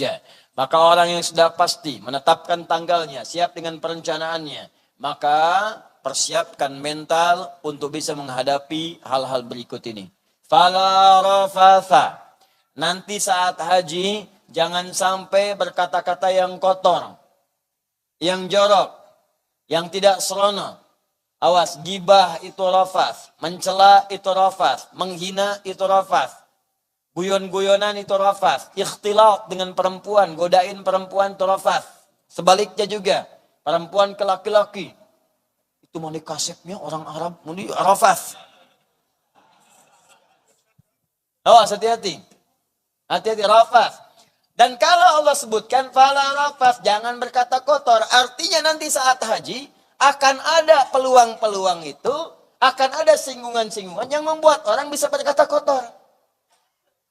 Sekarang sih iya, saya ingin beribadah, mendekat kepada Allah. Begitu tawaf, keadaannya padat. Di samping orang berdekatan. Desak-desakan, bukan cuma dekat, berdesakan juga. Kadang kedorong orang, kadang keinjak orang. Anda berjalan samping Afrika. Sudah didorong, keinjak juga. Usia, nincak aing. Wow. Oke. Kan aneh. Anda mencela dengan bahasa Sunda, dia jawab pakai bahasa Afrika. Gak ada yang paham, cuman rofas keluar, dosa muncul. Anda ini mau ibadah, apa mau celah orang? Hati-hati tuh. Saya ingatkan juga tuh, pada yang enak biasa, enak plus. Kesabarannya banyak, kadang keluar kata-kata yang tak pantas. Saya pernah jadi petugas haji 2010. Ngunjungin kawan-kawan, sampai ada yang lari buka seragam. Kenapa? Ada yang mau bakar bis. Ada bayangkan, mana nih bis telat begini, saya bakar bisnya. Oh, bakar bis. Ada yang udah pengalaman datang, tak datengin. Pak, misi Pak. Iya siapa? Anda panitianya. Ya cuma mau nanya. Mana bisnya saya bakar? Bapak kesini mau haji apa mau bakar bis? Tenang. Diam lagi. Tenang. Rafat. Hati-hati. Rafat. Dan biasanya ditambahkan. Yang biasa gosip, lisannya tuh dibuka. Nanti kalau nggak tobat duluan, dibuka di sana. Supaya istighfar. Yang biasa mencela, dicela. Kasih makanan, cela. Kasih minuman, cela. Dapat fasilitas, udah gratis, dicela juga. Hati-hati, itu ditampakkan tuh supaya dikoreksi. Supaya dikoreksi. Nampak muncul. Wala fusuqa, jangan menyimpang. Makanya pelajari manasik dengan benar. Kapan tawaf? Berapa banyak tawaf? Sa'i berapa kali? Tawaf 7 kali, sa'i 7. Dari Safa ke Marwah 1. Marwah ke Safa 2. Pasti berangkat di Safa, berhenti pasti di Marwah. Kalau berangkat di Safa, berhenti di Safa lagi, kalau nggak kurang, pasti lebih. Kalau nggak 6, 8. Ini pernah ada jamaah tuh, ya Allah, lelah sekali setelah sa'i. Bapak kenapa? Memang haji itu butuh perjuangannya Pak. Mang kenapa Pak? Tadi saya. Berapa kali Bapak? 7. Bagaimana hitungannya? Ya dari Safa ke Marwah 1/2. Marwah ke Safa 1. Ya, Safa ke Marwah lagi 1/2. Jadi dia 14 kali Anda bayangkan. Jangan menyimpang. Pelajari. Bagaimana Arafah, apa ketentuannya. Saya sudah ada itu di videonya ya. Pertemuan-pertemuan lalu, coba dikaji lagi yang mau berangkat. Lihat lagi, supaya lebih cepat nanti. Ya, seperti apa wukufnya, tawafnya bagaimana, sa'inya bagaimana, apa yang harus dikerjakan. Cuman pesan saya nanti saat datang ke sana itu pasti tawaf. Itu waktu-waktu mustajab. Musim-musim haji, langsung tawaf dengan khusyuk. Saran saya, belajar Cari ustadz yang benar, manasik yang bagus, cari yang khusyuk, manfaatkan untuk berdoa yang banyak. Ingat, kalau dia disunnahkan dengan bahasa Arab, maka kuasai bahasanya. Kalau tidak harus pakai bahasa Arab, jangan paksakan bahasa Arab. Pakai bahasa kita aja, Allah udah mudahkan. Kenapa antum persulit? Yuridullahu bikumul yusra, wala yuridu bikumul usra. Allah menginginkan kemudahan, bukan kesulitan. Dan dahsyatnya yang luar biasa, yang bahasa Arab pun umumnya kita udah hafal. Bahkan yang nggak haji pun udah hafal. Coba lihat ya, tawaf nih. Mau tawaf, itu cuma 2 yang pakai bahasa Arab doanya. Dari Hajar Aswad ke Rukun Yaman, ke Maqam Ibrahim. Dari Rukun Yamani ke Hajar Aswad, cuma 2 itu. Dan sebelum kita lakukan, sudah pada hafal. Coba lihat ya, maaf.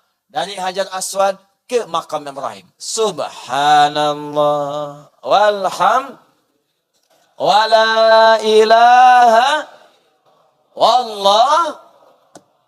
Hatam, padahal belum berangkat. Hadir di jiwa kita tuh. Ya. Dari mulai Rukun Yamani sampai Hajar Aswad. Dalam kepala, bukan di luar kepala. Luar kepala belum hafal, masukin dulu. Dalam kepala sampai punya istilah sendiri.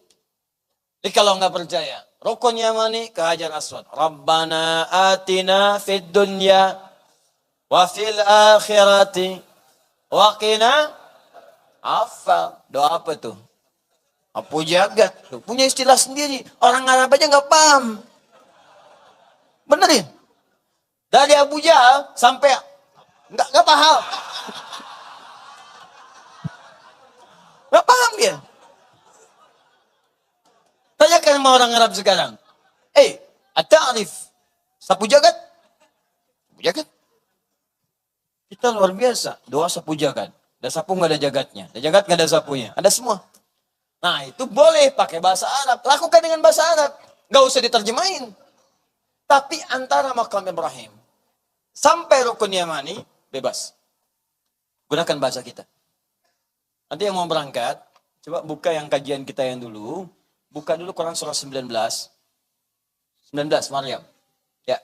Nanti dari ayat 47, 48, 49, 50. Itu rahasianya. Kenapa sampai Maqam Ibrahim? Karena Nabi Ibrahim pernah ditunjukkan untuk manasik. Setelah beliau paham, beliau kerjakan, beliau lakukan bacaan itu yang tadi. Subhanallah, alhamdulillah, wala ilaha illallah, Allah. Bukan sekedar dibaca, pahami isinya. Sambil contoh lah, agak cepat ya, bagi yang mau berangkat. Dimulai dari mana tadi? Posisinya, Hajar. Apa artinya Hajar Aswad? Hajar artinya batu. Aswad artinya hitam. Batu, hitam. Apakah Hajar Aswad batunya hitam? Tidak. Apa warnanya? Putih. Seputih susu. Kenapa jadi hitam? Dosa-dosa manusia. Anda manusia bukan? Manusia. Mungkin jadi semakin hitam karena dosa Anda. Dosa saya. Dosa kita. Nyumbang kotoran di situ. Itu filosofisnya adalah kita datang ke sana. Melihat Hajar Aswad. Karena dosa manusia, dosa-dosa. Mungkin kita pun berdosa. Apa maknanya kita menghadap dari Hajar Aswad? Seakan-akan Allah itu ingin menyambut kita sejak mulai dekat Ka'bah. Hei manusia, ya ibadi, hamba-hambaku. Sebesar apapun dosamu, menghitam sepekat lumpur pun. Kalau engkau mau tunduk kepadaku tobat saat ini, aku gugurkan semua dosamu. Karena itu ketika Anda menghadap Ka'bah, ada getaran dalam jiwa Anda, bahkan pengen nangis. Karena fitrah Anda muncul di situ. Dan di situ muncul langsung tawaran, makanya katakan Bismillahi Allahu Akbar. Bismillahi Allah, karenamu ya Allah, aku berharap dengan segala kebesaranmu. Itu sesungguhnya doanya panjang, cuma disingkat tuh untuk memudahkan. Ya, Allahumma imanan bika asalnya. Ya Allah, kami datang ke sini yakin denganmu ya Allah. Yakin denganmu ya Rabb. Wa tasdiqan bi kitabika. Dan kami benarkan semua janji yang telah Engkau sampaikan dalam kitabmu. Yang datang ke sini diberikan aman, diberikan tenang, diberikan solusi dari masalah, diampuni dosa, dimaafkan segala salah. Wa wafaan bi ahdika. Dan kami datang sejak sekarang di depan Ka'bahmu ya Rabb, depan Hajar Aswad untuk meminta agar Engkau menepati janjimu. Engkau katakan datang sepekat apapun dosamu, aku hapuskan. Ya Allah, ampuni dosaku. Wattiba'an li sunnati nabiyika Muhammad sallallahu alaihi wasallam. Maka aku akan ikuti manasik sekarang ya Allah sesuai tuntunan Nabi Muhammad SAW untuk mendapatkan semua janjimu. Bismillah, aku lakukan kepadamu, Allahu Akbar. Dengan namamu yang paling tinggi, engkau akan tepati janji yang telah engkau berikan. Subhanallah, walhamdulillah, wa la ilaha illallah, Allahu Akbar. Subhanallah, sambil diucapkan, sambil ingat apa perbuatan kita yang tidak subhanallah. Secara singkat, subhanallah itu kan kalimat yang diucapkan ketika Anda mendapati sifat atau sikap yang tidak sesuai dengan ketentuan Allah. Ada orang berkata, Allah punya anak, wa qalu takhadallahu walada subhana. Jawabannya subhana, gak benar tuh. Quran surah 2 ayat 116. Ya, orang jahiliyah berkata, Muhammad Tuhanmu gila, bisa memperjalankan hambanya dari Masjidil Haram, Masjidil Aqsa cuma semalam. Subhanalladzi asra subhan. Tuh Anda sedang kerja, muncul waktu sholat, padahal bisa sholat, tunda-tunda, subhanallah. Padahal bisa mendekat kepada Allah, kenapa harus ditunda? Kenapa bermaksiat? Kenapa menduakan Allah dengan dunia? Subhanallah. Maka ingat ketika subhanallah, ingat apa aktivitas kita, kata-kata kita yang sering melanggar ketentuan subhanallah. Alhamdulillah, syukur dari nikmat. Gunakan nikmat, optimalkan sesuai dengan ketentuan Allah. Mata syukur, lihat yang baik-baik. Telinga syukur, dengar yang baik-baik. Lisan syukur, ucapkan yang baik-baik. Ketika lisan mencela, bukan syukur namanya. Ketika tangan mencuri, bukan syukur namanya. Ketika telinga mendengar maksiat, bukan syukur namanya. Bukan syukur namanya. Apapun alasannya. Karena itu Anda sadar, tobat di situ. Alhamdulillah ya Allah. Ini akan dihisap mata berapa kali salah. Telinga berapa kali keliru. Lisan berapa kali salah. Kaki berapa kali maksiat. Ya Allah, dititipin pakaian ya Allah. Belum digunakan untuk ibadah. Ke pesta dipakai, olahraga dipakai. Untuk sholat gak pernah dipakai, dihisap tuh pakaian bicara. Kendaraan berapa banyak? Dihisap tuh. Kayak saya sering katakan, kalau ada nikmat baru, pakai dulu ibadah. Mobil baru, ajak ke masjid. Kalau subuh. Sepeda baru, ajak ke taklim. Pulang hilang. Alhamdulillah. Udah selesai amanahnya. Gak apa-apa ketitipan. Masa bangga dengan yang dititipi? Anda dititipi seseorang, masa pengen dimiliki? Lihat tukang parkir. Gak ada gaya, cuma titipan. Titipan datang banyak, ada tukang parkir, datang Mercedes, foto. Datang Ferrari, foto. Enggak ada, parkir biasa aja. Datang diterima dengan senang, pulang dilepas dengan senyuman. Coba pernah enggak ada tukang parkir, datang gembira, pulang sedih? Ferrari, enggak ada. Pergi-pergi aja, pritak, 2.000, masuk, udah. Makasih Pak, 5.000, thank you Om. Bisa bahasa Inggris, Om. 10.000, saya nggak kebayang kalau 1 juta tuh. Naik. Itulah hidup. Itu dihisap teman-teman. Kayak alhamdulillah ingat dulu tuh. Ingat anak-anak itu dihisap.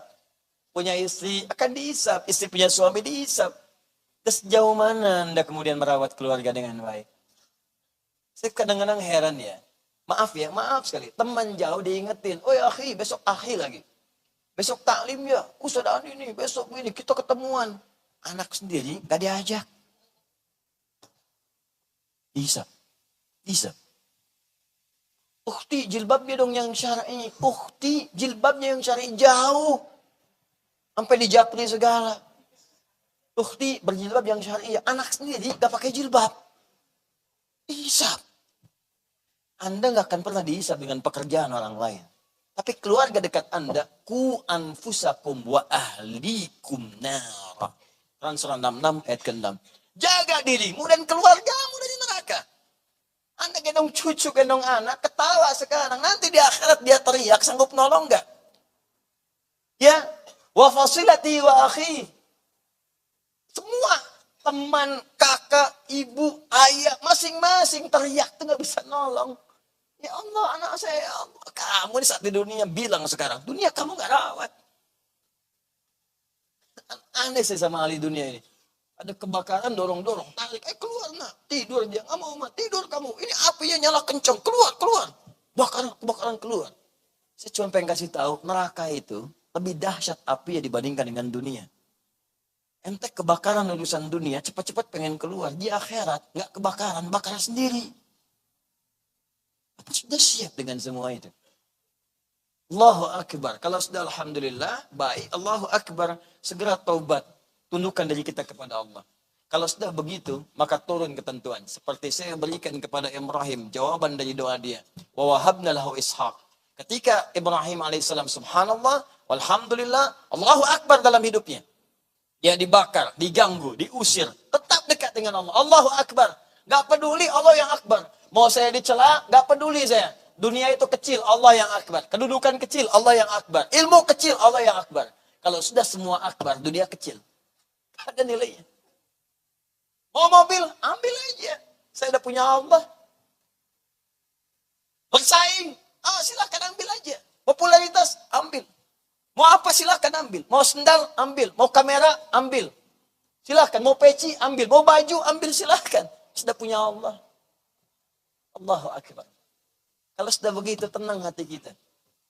Nggak disibukkan dengan dunia. Orang yang masih belum akbar kepada Allah, makanya dilatih tiap hari Allahu Akbar, Allahu Akbar. Ini latihan salat Allahu Akbar, tapi masih aja handphone wa akbar, WhatsApp wa akbar, pekerjaan wa akbar. Apa yang mau Anda cari? Tenar, popularitas, kedudukan, segalanya. Apa? Anda mau cari apa sih? Wafat tanda itu. Begitu mati selesai. Allahu Akbar. Sudah Allahu Akbar. Yang lain kecil. Apa? Persaingan, rebutin, meninggal. Yang diperebutkan gak didapatkan satupun. Itu apa? Kalau sudah benar manhaj hidup kita, kata Allah, apapun yang kamu inginkan urusan dunia, walaupun mustahil menurut manusia, saya berikan. Makanya wahabna lahu Ishaq, bukan Ismail, Ishaq. Ismail anaknya Sayyidah Hajar, Ishaq anaknya Sayyidah Sarah. Sarah divonis secara medis, monofos dan mandul, mustahil punya keturunan. Tapi ketika Ibrahim alaihissalam subhanallah, alhamdulillah, wala ilaha illallah, wallahu akbar, hanya bagi Allah, kata Allah yang mustahil pun saya berikan. Menurut manusia mustahil, kata saya, kata Allah, tidak ada yang mustahil. Sarah mengandung, melahirkan. Doanya dikabulkan. Maka itulah ketika Anda sampai maqam Ibrahim, batasnya maqam Ibrahim, supaya belajar dari kisah Nabi Ibrahim. Belajar dari Ibrahim alaihissalam. Bukan cuma sekedar dibaca. Makanya membacanya dengan bahasa hati kita. Sambil istighfar, sambil koreksi diri. Setelah itu bebas minta. Mau minta apa? Nggak perlu pakai bahasa Arab. Kebutuhan Anda apa? Mintakan panjang. Dari maqam Ibrahim sampai rukunnya mani. Panjang. Apalagi kalau nggak kebagian di pelataran. Bagian atas panjang banget. Jadi kalau filosofinya ingat sama doa, pengen kita lebih panjang lagi. Kalau cuma jadi beban, kalau cuma kemudian rutinitas, kalau formalitas saja beban. Ya, panjang nih. Udah nyampe belum makam Ibrahimnya? Belum, 10 meter lagi. Ya Allah, ujian apa lagi ini? Ujian apa lagi? Katanya doa pengen dikabulkan, kenapa nggak minta? Ayo minta bebas, silahkan minta dengan bahasa kita. Ini nggak usah perlu pakai bahasa Arab. Kecuali kalau memang sudah capek berdoa, nggak ada lagi. Maka manfaatkan buku dari depan, dari Kemenak, dari ustad-ustad. Kadang dikalungkan. Baca silahkan, baca itu boleh. Tapi kalau Anda punya doa sendiri, nggak harus bergantung pada doa itu. Mintakan doa Anda. Kadang-kadang keinginan Anda tidak tercantum di situ. Nah, keinginan Anda kan nggak semua dituliskan di buku. Dan nggak tercantum dalam bahasa Arabnya. Minta. Besok mau ujian, kan ujian nggak ada di buku. Pengen masuk ITB, IPB, UI. Ya, UIN, nggak ada di buku. Minta dengan bahasa hati kita, ya Allah. Jika memang di ITB saya akan jadi orang soleh. Jika ilmunya akan bermanfaat untuk dunia akhirat saya, Allah berikan saya kelulusan, ya Allah. Dengan nilai yang paling baik. Jaga saya supaya istiqomah dalam pelajaran saya. Berikan IPK yang paling bagus. Berikan kekuatan untuk beramal. Lulus. Ya Allah, besok pekerjaan saya, ya Allah. Ya Allah, berikan kemudahan pada pekerjaan saya. Hari pertama saya bekerja, ya Allah. Dan jadikan sebagai nilai ibadah seperti saya tahu pada saat ini. Kerja, diberkahi. Ya Allah, sampai sekarang aku masih bermohon. Sentuh ia tepat di hatinya, ya Allah. Supaya ia jadi milik untuk selamanya, ya Allah. Ya Allah, mohon ya Allah. Besok aku akan lamaran sepulang dari haji. Berikan ketetapan hati kepadanya, ya Allah. Agar tidak menyimpang dari apa yang telah aku akan sampaikan kepadanya. Masya Allah. Begitu selesai haji, telepon. Kamu sudah berdoa belum? Sudah. Sekarang kamu di mana? Di hatimu. Oh, Allah. Dul. Minta. Ini minta sesuatu yang nggak dipahami ya bagaimana? Minta. Bahasa Indonesia boleh, bahasa Padang boleh. Ya, silahkan. Bahasa Jawa boleh. Bahasa Sunda boleh. Duh Gusti, dinyuhunkan. Silahkan, boleh minta. Saya itu pengalaman banyak lah. Jadi petugas haji itu. Orang datang pemuda, ya sampai depan Ka'bah. Multazam. Multazam tempat mustajab tuh. Ya, pintu Ka'bah Hajar Aswad. Pintu Ka'bah Hajar Aswad. Tengah-tengah. Mintanya kelihatan khusyuk banget. Bahasanya bahasa dia. Gak pakai bahasa Arab. Ya Allah, saya sampai datang ke depan Ka'bah ini. Hamba mohon ya Allah. Hamba belum ada jodoh. Nugerahkan kepada hamba ya Allah. Pasangan untuk dunia akhirat hamba. Sampingnya pas ada perempuan tinggi. Hidung mancung putih. Langsung kasih contoh. Kayak gini ya Allah. Kayak gini. Contohin sama dia. Walaupun caranya tidak harus seperti itu, tapi dia benar. Hajatnya benar, spesifik langsung. Dan dikabulkan, betul setelah selesai haji, nikah dia. Walaupun bukan dengan yang tadi tentunya. Banyak pokoknya. Itu lihat orang India, orang Pakistan, Bangladesh, bahasa dia aja. Ya Allah, rese. Pokoknya, keluar semua tuh, bahasa-bahasa masing-masing boleh. Wah, yang paling menarik tuh ada yang datang. Sampai ke depan, sampai gelantungan di situ tuh. Ya Allah, mohon hamba ya Allah, berikan anugerah rezeki yang melimpah ya Allah, hamba banyak utang ya Allah, kesini pun hamba utang, kalau tidak percaya, ini catatannya ya Allah, tempel dia. Ada yang begitu. Ada. Walaupun caranya tak harus ditiru, tapi dia benar dengan permohonan dia. Walaupun tak harus sama. Jangan sampai ditiru sama. Ya Allah, masukkan saya ke surga. Saya sudah berusaha taklim. Kalau nggak percaya, ini catatannya. Minta. Balik. Nah, nanti semua permintaan Anda itu Allah akan kabulkan sesuai dengan kebutuhan dunia akhirat Anda. Kadang dunia bagus diminta, akhirat tidak. Ya Allah, hamba pengen mobil. Kalau kamu punya mobil, nanti sombong. Cukup motor saja. Allah kabulkan, berikan motor. Ya Allah, saya pengen sepeda. Sepeda terlalu kecil. Kamu harusnya mobil aja. Kasih mobil untuk memudahkan bagi kamu. Ada yang begitu. Bahkan ada yang minta mobil, kasih pesawat. Tiket, kan? Gratis. Berangkat dan sebagainya. Jadi, jelas ya?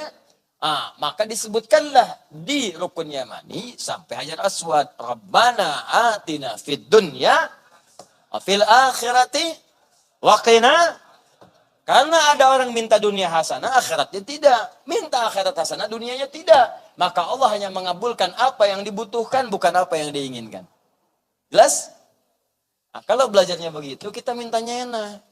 Baru kemudian sa'i. Nah, itu ada tahapannya lagi. Supaya nanti cepat, pelajari nanti ya, apa yang telah kami sampaikan. Saya mau cepat dulu kepada kaidahnya. Nanti yang lain-lain teknis, sudah selesai. Ada rekamannya, tinggal dibuka kembali. Baik, perhatikan. Fala rafatha wala fusuqa, jangan menyimpang. Menyimpang ingat, Ka'bah sudah kelihatan, jangan sampai nanti ke makamnya Nabi atau ke tempat lainnya Nabi, di situ juga salah. Ada yang rumah Nabi sholat menghadap ke situ, Ka'bah di belakang sholat ke situ, salah. Ya makanya di tempat Nabi dilahirkan itu, nanti kalau satu saat ke sana berangkat, saya coba tunjukkan. Sekarang di perpustakaan di situ, klasik disamarkan. Itu tempat Nabi lahir, cuma disamarkan jadi perpustakaan. Ada buku-buku sebagiannya, ditutup sebagiannya. Kenapa? Karena banyak orang salah kemudian sampai beribadah ngadap ke situ. Sampai sebelah kanannya ada tulisan, ada gambarnya dituliskan. Ada gambar orang ruku, orang sujud, orang ngelap-ngelap. Tulis di situ. Ya, jangan beribadah menghadap ke sini. Ini tidak dibenarkan. Tulisannya pakai bahasa Arab, bahasa Inggris, bahasa Urdu, plus bahasa Indonesia. Artinya ada orang Indonesia yang pernah salah ke situ. Makanya ditulis pakai bahasa Indonesia. Kalau nggak ada nggak akan dituliskan. Buktinya bahasa Jepang nggak ada di situ. Ya, karena orang Jepang nggak sempat begitu. Ya, maka ayo hindarkan. Ya, kemudian persiapan teknis. Wala jidala fil haj, jangan banyak berdebat. Siapkan dengan baik. Kalau perlu belajar bahasa Arab yang standar. Ya, assalamualaikum, kaifa haluk, ainal hammam, di mana toilet. Ya, terus saya ingin kembali ke maktab. Apalin. Ya, kalau nggak bisa belajar yang dasar, Al-Fatihah misalnya pelajari. Supaya kalau tersesat, Anda bisa bertanya juga. Gelang tangan kiri, temuin askar, nggak ketemu maktab, temuin, datangin, assalamualaikum, bisa, waalaikumsalam warahmatullahi wabarakatuh. Ihdinas siratal mustaqim. Ihdinas siratal mustaqim. Tunjukkan kami jalan yang lurus. Tunjukin gelangnya. Ntar dia jawab, dia bahasa Indonesia nggak bisa. bahasa Arab, Anda yang nggak paham. Tapi dia hafal Al-Fatihah, dia akan tunjukin suratal ladzina an'amta 'alaihim ghairil maghdubi 'alaihim waladdallin. Lurus sana, ikuti jalan ini. Jangan belok-belok. Kalau ke sini, maghdub 'alaihim, ente bakal dicela banyak orang. Waladdallin, ke sini lebih sesat lagi. Lurus. Dapat. Nah, ini penting saya kasih masukan. Kadang karena banyak orang, banyak ngapalin manasik, tidak terbiasa dengan tempat-tempatnya. Harusnya tuh dalam manasik, pembekalan dikasih tahu maktab Anda di sini, petanya begini, jalur ke haram begini, pintunya begini, balik lagi ke sini. Harus dikasih itu. Tempat-tempat sebelum berangkat tuh. Maktab-maktab haji sebelum berangkat, kasih tahu, kasih petanya. Jangan cuma dikasih tahu kloter. Kloter sekian, turun sekian. Jangan banyak difikirkan. Akan koper sampai ke tempat tujuan. Sampai depan pintu.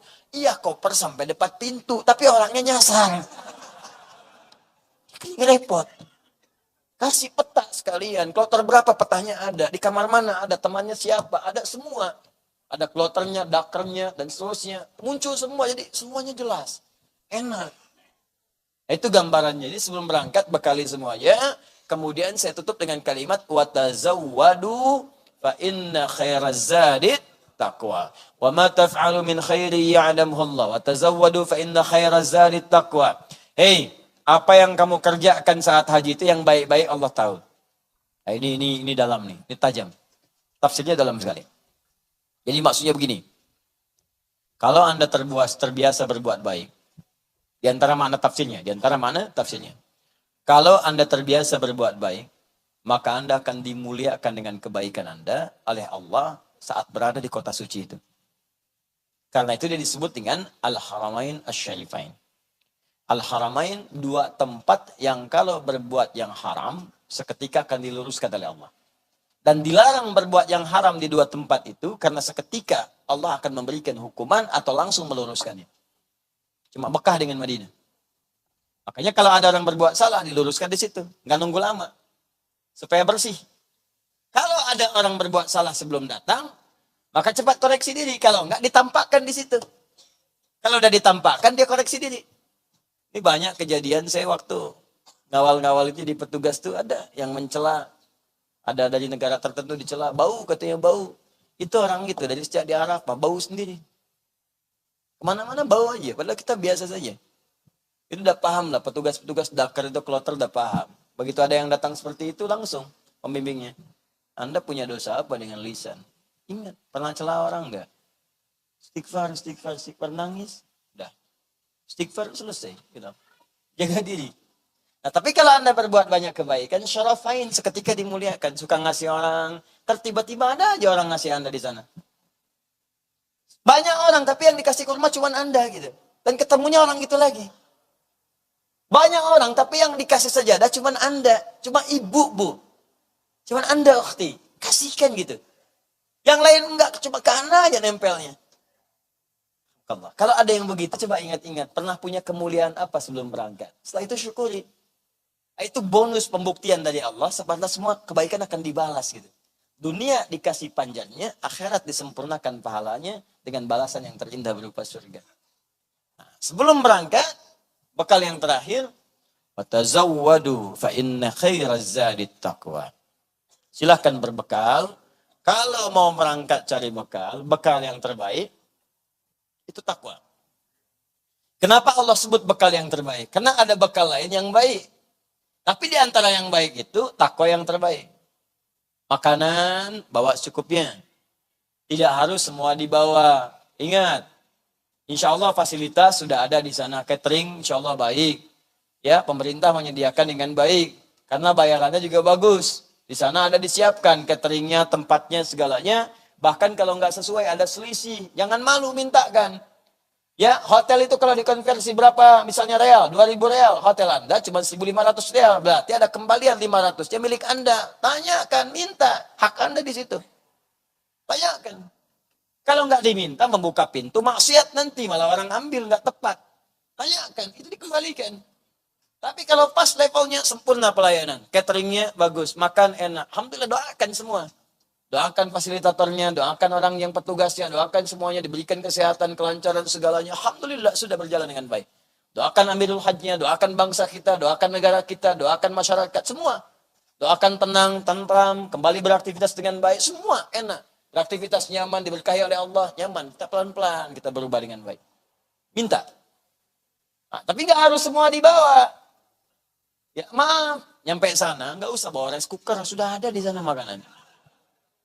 Beras. Kalau yang kira-kira ada di sana, nggak usah bawa bekal dari sini. Kalau ada misalnya kartu bisa ngambil ATM di sana, ambil. Kalau ada uang, ambil secukupnya. Jangan semua dibawa. Datang sana, secukupnya bawa, silakan. Apa yang dibutuhkan di sana? Kain ihram, cek. Kalau saya sarankan, bawa dua, karena nanti biasanya tamattu, umrah dulu baru haji. Saat kotor saat umrahnya, nggak sempat laundry, nggak sempat nyuci, pakai yang satu lagi buat haji. Siapkan. Kalau perlu, saya sarankan, cari kain ihram itu dua bentuk. Ada yang tipis, yang tebal. Tipis dengan tebal. Beli dua ini. Tebal satu pasang, tipis satu pasang untuk laki-laki. Nanti untuk yang tebal, pasang bagian bawah. Silangkan. Bawah, tebalkan. Bagian atas yang tipis. Kalau musim dingin, kasih tebal di atas. Panas, kasih yang tipis di atas. Itu tipsnya. Jadi kalau ada kain ihram, mungkin saya bisa praktekkan. Bikin kayak sarung. Makanya di hadis-hadis, kain ihram disebut izar. Izar itu sarung bahasa Indonesianya. Kalau pengen kuat, lipat seperti sarung. Pakai, lipatkan, ikat kayak sarung begini. Itu nggak pakai sabuk pun, insya Allah kuat. Kan hampir jarang orang sholat pakai sarung, pakai sabuk lagi. Jarang. Ya kan? Langsung aja kan? Langsung kuat kan? Jalan. Ya mau sambil lompat, mau sambil jalan cepat, lari. Ya, Rabbighfir warham, wa'fu wa takarram, innaka antal azul akram. Di antara dua lampu hijau, saat sa'i, kuat. Jangan khawatir, merosot nanti bagaimana? Oh, tidak. Kuat dia. Ya, kalau mau pakai lagi, silakan tambahkan lagi. Itu rumus. Kalimatnya hadis sederhana, tapi dalam maknanya. Jelas ya? Pakaikan, sempurnakan, terakhir, takwa. 115 kali disebutkan dalam Al-Quran. Dan puncak takwa itu sifatnya ibadah. Salat, takwa. Puasa, takwa. Baca Quran, takwa. Orang takwa disebut taqi.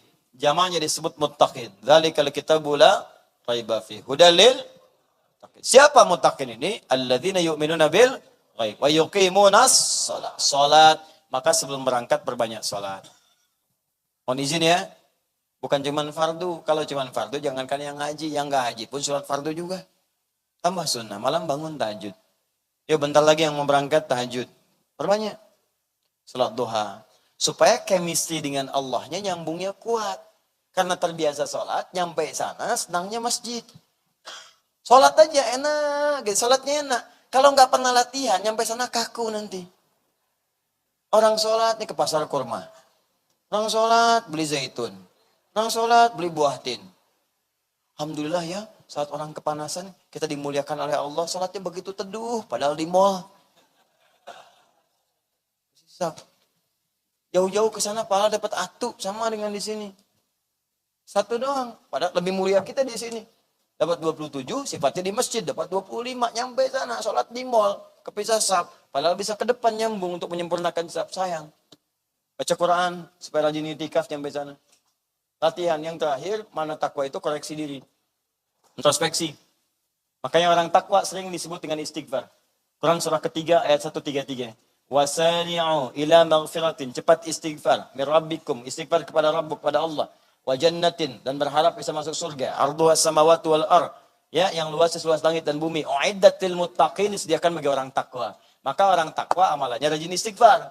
Dalil yang lebih kuat lagi, Quran surah 51 ayat 15 sampai 18. Innal muttaqina fi jannatin wa uyun, sungguh orang takwa akan tinggal di taman surga. Akhidina ma atahum rabbuhum, mereka akan mengambil kenikmatan langsung dari Rabbnya. Innahum kanu qabla dzalika muhsinin, saat di dunia mereka orang ihsan. Apa amalannya? Kanu qalila minal laili ma yahja'un, malamnya rajin tahajud, wa bil asharihum yastaghfirun. Subuh menjelang subuh rajin istighfar. Maka nanti istighfar. Ingat kesalahan. Kalau bisa sebelum Arafat, sebelum wukuf, itu catat dulu kekurangannya apa. Ya enggak, bukan aib kok, tanya sama teman, sama istri. Istri tanya sama suami, ya, Papa, besok Mama insya Allah akan berangkat. Dan insya Allah, Pak, Mama ingin mengoreksi diri. Kira-kira kekurangan mama apa saja? Oh banyak mah. Tulis.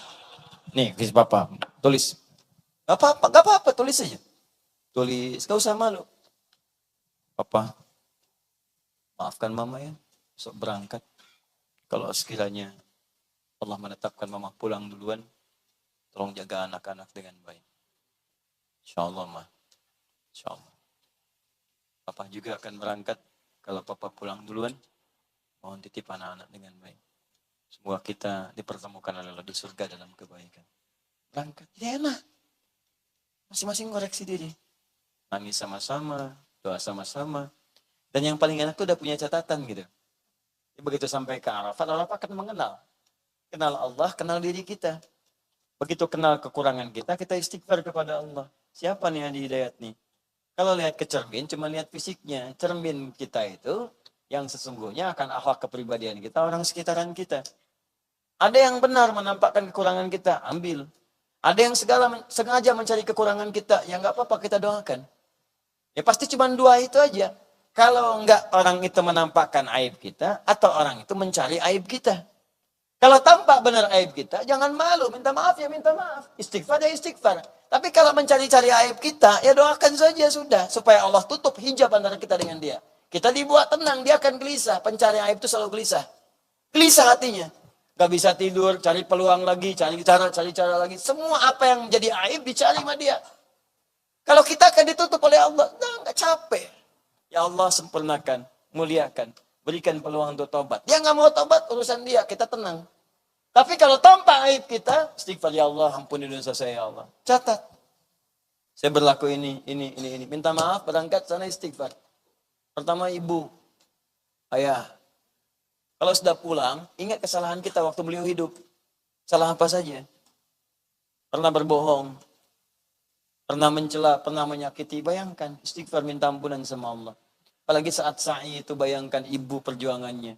Ibu kita dengan segalanya, air matanya, darah, keringatnya, perjuangannya, segalanya. Minta, ayah kita, minta dengan baik. Kalau sudah seperti itu, berkualitas kita. Dan dicatat, apa yang menyebabkan kita berbuat salah itu? Cuma 3. 1, nafsu kita. Bukan karena orang. Hal pertama yang membuat orang berbuat maksiat itu, sebetulnya bukan karena faktor eksternal, internal. Karena tak mampu mengendalikan amarah dia, nafsu dia. Anda duduk, teman lewat, gak nyapa Anda marah. Sebetulnya bukan karena dia nggak nyapa, karena Anda nggak bisa mengendalikan diri Anda. Gampang kalau nggak nyapa, disapa. Ya, sehingga saling sapa. Lewat dia nggak nyapa, sapa. Assalamualaikum akhi, kayaknya kenal nih. Oh, main lewat aja. Oh iya bro, maaf nih nggak kelihatan. Oh, segede gini nggak kelihatan. Misalnya, oh iya, mohon maaf, salaman selesai. Udah. Aduh, mohon maaf kemarin saya nggak nyapa, sakit gigi. Beres. Selesai gitu. Tenang. Nah, sesuatu yang muncul dari diri kita itu namanya akobah. Akobah. Kadang orang baik dirinya bisa mengendalikan diri, cuma lingkungan gak bagus, lingkungan terdekat, keluarga. Suami baik, istri kurang. Papa itu kan Pak, bupati. Masa camat udah punya Ferrari? Papa masih Avanza. Yang merek dulu lagi. Terus panas, hambalatul hatab. Ya, bawa provokasi, muncul panas. Besoknya, ntar besok deh dia Ferrari, gua Lamborghini. Oh. Gua Lamborghini, yang gini kan udah ada, gitu yang spesial. Lamborghini. Cari, tangkap KPK, selesai. Tobat. Nah, itu yang sekitaran kita, itu wusto namanya, sekitaran. Banyak suami-suami karirnya jatuh karena istri terlalu cepat kemudian menuntut sesuatu. Banyak. Ada orang hebat tuh. From $1 to $1 billion company. Dari $1 jadi jutaan dolar. Kembang perusahaan. Tapi hancur karena perilaku pasangan. Atau sebaliknya, suaminya itu bekerja, istri solihah, berkerudung, bagus, berjilbab. Cuman karena perilaku suami lepas jilbab. Lepas dulu deh jilbabnya, kita ada family gathering nih, gak enak nih kawan papa di kantor, semuanya perempuannya gak berjilbab, cuman sebentar aja. Nah, lepas itu, salah juga. Istighfar, koreksi. Yang terakhir, maaf. Suami bagus, istri bagus, keluarga bagus, diri bagus. Cuman begitu masuk kerja, ketemu orang gak bagus. Kasih proyek yang fiktif, diajarin, tanda tangannya gak betul. Olahraga, biasanya main pingpong, diajak golf, kan? Golfnya sih nggak salah, cuman yang menyertai golf itu yang tidak tepat. Ada beberapa bagian yang nggak tepat. Lihat, datang ini banyak, muncul mulai maksiat segala rupa. Yang jauh itu walal akhiratu khairul laka minal ula. Maka coba dilihat lagi sampai di sana sadari, oh ini yang membuat saya salah, sering terpeleset. Izdalafa, muzdalifah, hal yang menyebabkan dia terpeleset. Secara filologi, kalau secara tempat beda. Ya, maka di situ kita lontari diri kita. Aqabah. Bismillahirrahmanirrahim. Lontar nih saya nih yang pemarah. Nih saya nih yang besar kepala. Nih saya nih yang lontar satu-satu. Makanya ketika melontar itu ucapkan kalimat Bismillahirrahmanirrahim untuk menghilangkan sifat itu. Makanya di sana melontar, sini nyembelih, bacaannya sama. Di sini kan Bismillahirrahmanirrahim juga. Sembelih untuk menghilangkan sifat hewaninya. Bismillahirrahmanirrahim, niatkan hilangkan sombong saya ya Allah. Hilangkan sum'ah saya ya Allah, hilangkan riya saya ya Allah. Hilang. 1, 2, 3, 4, hilang. Setelah itu ustaz. Makanya habis selesai lontar, jangan langsung pergi, doa dulu. Hadap ke kiblat. Inni wajjahtu wajhal ladzi fatara samawati wal ardi hanifan wa ma ana minal musyrikin. Inna salati wa nusuki wa mahyaya wa mamati lillahi rabbil la syarika lahu bidzalika umirtu wa ana minal muslimin wa awwalul muslimin. Ya Allah, saya mengakui Engkau pencipta alam semesta. Saya pasrah ya Allah setelah saya ibadah ini. Kalau saya hidup, berikan peluang untuk berbuat baik. Kalau saya wafatkan dalam keadaan yang baik. Mulai saat ini saya berjanji, wa ana minal muslimin. Saya akan jadi muslim yang lebih baik lagi setelah ini. Makanya setelah melontar, hilang kotornya, muncul baiknya. Sesuatu yang kotornya hilang, baiknya muncul, marah hilang, muncul sabar. Tawaduknya muncul, sombongnya hilang. Itu kebaikan yang muncul setelah kotornya hilang disebut birrun namanya. Birrun. Kalau melekat pada pemiliknya disebut mabrur namanya. Maka muncul istilah haji mabrur. Haji yang bisa merubah perilaku pelakunya dari yang tidak baik menjadi baik. Makanya haji mabrur bukan haji yang diterima. Kalau diterima haji makbul namanya. Mabrur itu yang bisa merubah pelakunya jadi lebih baik. Karena itu dilekatkan kalimat hajinya al-hajjul mabrur. Pelakunya disebut haj. Kalau dipanggil dalam bahasa Indonesia haji. Makanya saat pulang dari haji diingatkan dengan kalimat itu. Bukan gelar. Tapi pengingat. Karena nggak ada ibadah pakai gelar. Kalau ibadah pakai gelar, di Islam banyak banget gelarnya. Ustadz Adi SHI. Apa itu SHI? Salat haji infak. Setiap ibadah dapat gelar. Nggak ada. Jadi kalau haji pun Anda pulang, disebut haji untuk mengingatkan Anda sudah haji. Jangan lagi berbuat maksiat. Anda baru pulang, koper terlambat, marah Anda. Mana koper saya ini? Orang Arab bilang ya haj. Pak Haji Abdul. Anda sudah haji, jangan lagi berbuat maksiat. Saya yang menukar surga dengan maksiat yang kemudian tidak seberapa. Diingatkan. Tidak ada gelar. Ini tidak harus kemudian merubah tampilan. Tidak harus baper pulang-pulang kalau disebut haji nggak nengok. Mas Abdul. Mas Haji Abdul. Assalamualaikum. Nah, itu nggak usah lah. Biasa saja. Jelas ya? Baik, alhamdulillah. Semoga Allah memaafkan kita, mengampuni dosa kita, memberikan kemudahan pada yang akan berangkat insyaallah. Dan berangkat dengan tenang, banyakkan takwa, yang belum berangkat banyak berikhtiar, ikhlas semua dijalani, bawa yang halal, jangan bawa yang haram, nanti sulit saat berada di sana. Dekatkan diri dengan Allah Subhanahu wa taala. Untuk teknis yang akan latihan i'tikaf, silakan lihat lagi kajian-kajian kami yang sebelumnya. Ada insyaallah di sana tentang fikih haji. Buka dengan baik, pahami dengan baik. Untuk yang tidak berhaji ada di sini, saya insya Allah akan ada di sini. Saya tidak berangkat di tahun ini, karena ada agenda yang harus kami kerjakan. Insya Allah nanti kita akan pelajari di pekan depan tentang fikih Idul Adha. Seperti apa ketentuan Idul Adha, bagaimana amalan-amalannya, apa yang harus dilakukan. Tapi saya mau tegaskan, karena kita mau masuk ke awal Dzulhijjah, Maka hadis pertama berlaku di hadis Muslim, berhadis 1977. Hadis sahih dari Ummu Salamah radhiyallahu taala anha dari Nabi sallallahu alaihi wasallam. "Idza ahalla hilal dzil hijjah wa arada ahadukum an yudhhiya fala yamassa min sya'rihi wa adfarihi syai'an." Kalau sudah tiba awal bulan Dzulhijjah, 10 hari pertama. Pas hati-hati. Dan ada di antara kita yang berkeinginan untuk berkorban, kurban, maka sejak mulai dia meniatkan itu, sudah ada dia mulai setorkan itu, maka jangan sentuh rambut yang melekat semua pada tubuhnya plus kuku-kukunya. Jangan dipotong dulu. Itu tafsiran yang paling kuat. Yang lainnya ada nanti kita bahas pekan depan insya Allah. Yang paling kuat. Jadi karena besok mau masuk, karena sudah ada yang siap kurban, saya mengambil pendapat yang ini jangan disentuh dulu. Kalau kuku jangan dipotong dulu. Rambut-rambut, kumis, ketiak, dan lain jangan dicukur dulu. Nanti setelah hewannya disembelih, baru kita bersihkan. Apa yang diinginkan dari itu? Supaya Allah berkenan mengampuni semua diri kita, dari mulai ujung rambut sampai ujung kuku kita. Khawatirnya sebelum diampuni, terpisah dari tubuh kita. Sehingga dia pernah bersaksi tentang kemaksiatan yang pernah kita lakukan. Walaupun itu ditutup kembali oleh Allah. Tapi kalau dibacakan, kan kita nggak enak. Maka kita minta sebelum itu terpisah, ya Allah ampuni dosa kami, ya Allah muliakan dan sebagainya. Dan yang kedua, ini awal Dzulhijjah 1 sampai 9, itu hari mulia sekali. Pahalanya banyak. Maka siapkan untuk ibadah. Nanti pekan depan kita bahas, tapi saya mulai antarkan karena kita akan mulai besok-besok hari pertamanya. Ya, diantaranya perbanyak puasa. Perbanyak amal saleh. Karena pahalanya besar. Ini 9 hari ini, nanti bahkan sampai hari ke-10-nya, itu di antara hari-hari yang pahalanya lebih daripada jihad fisabilillah. Pahalanya besar.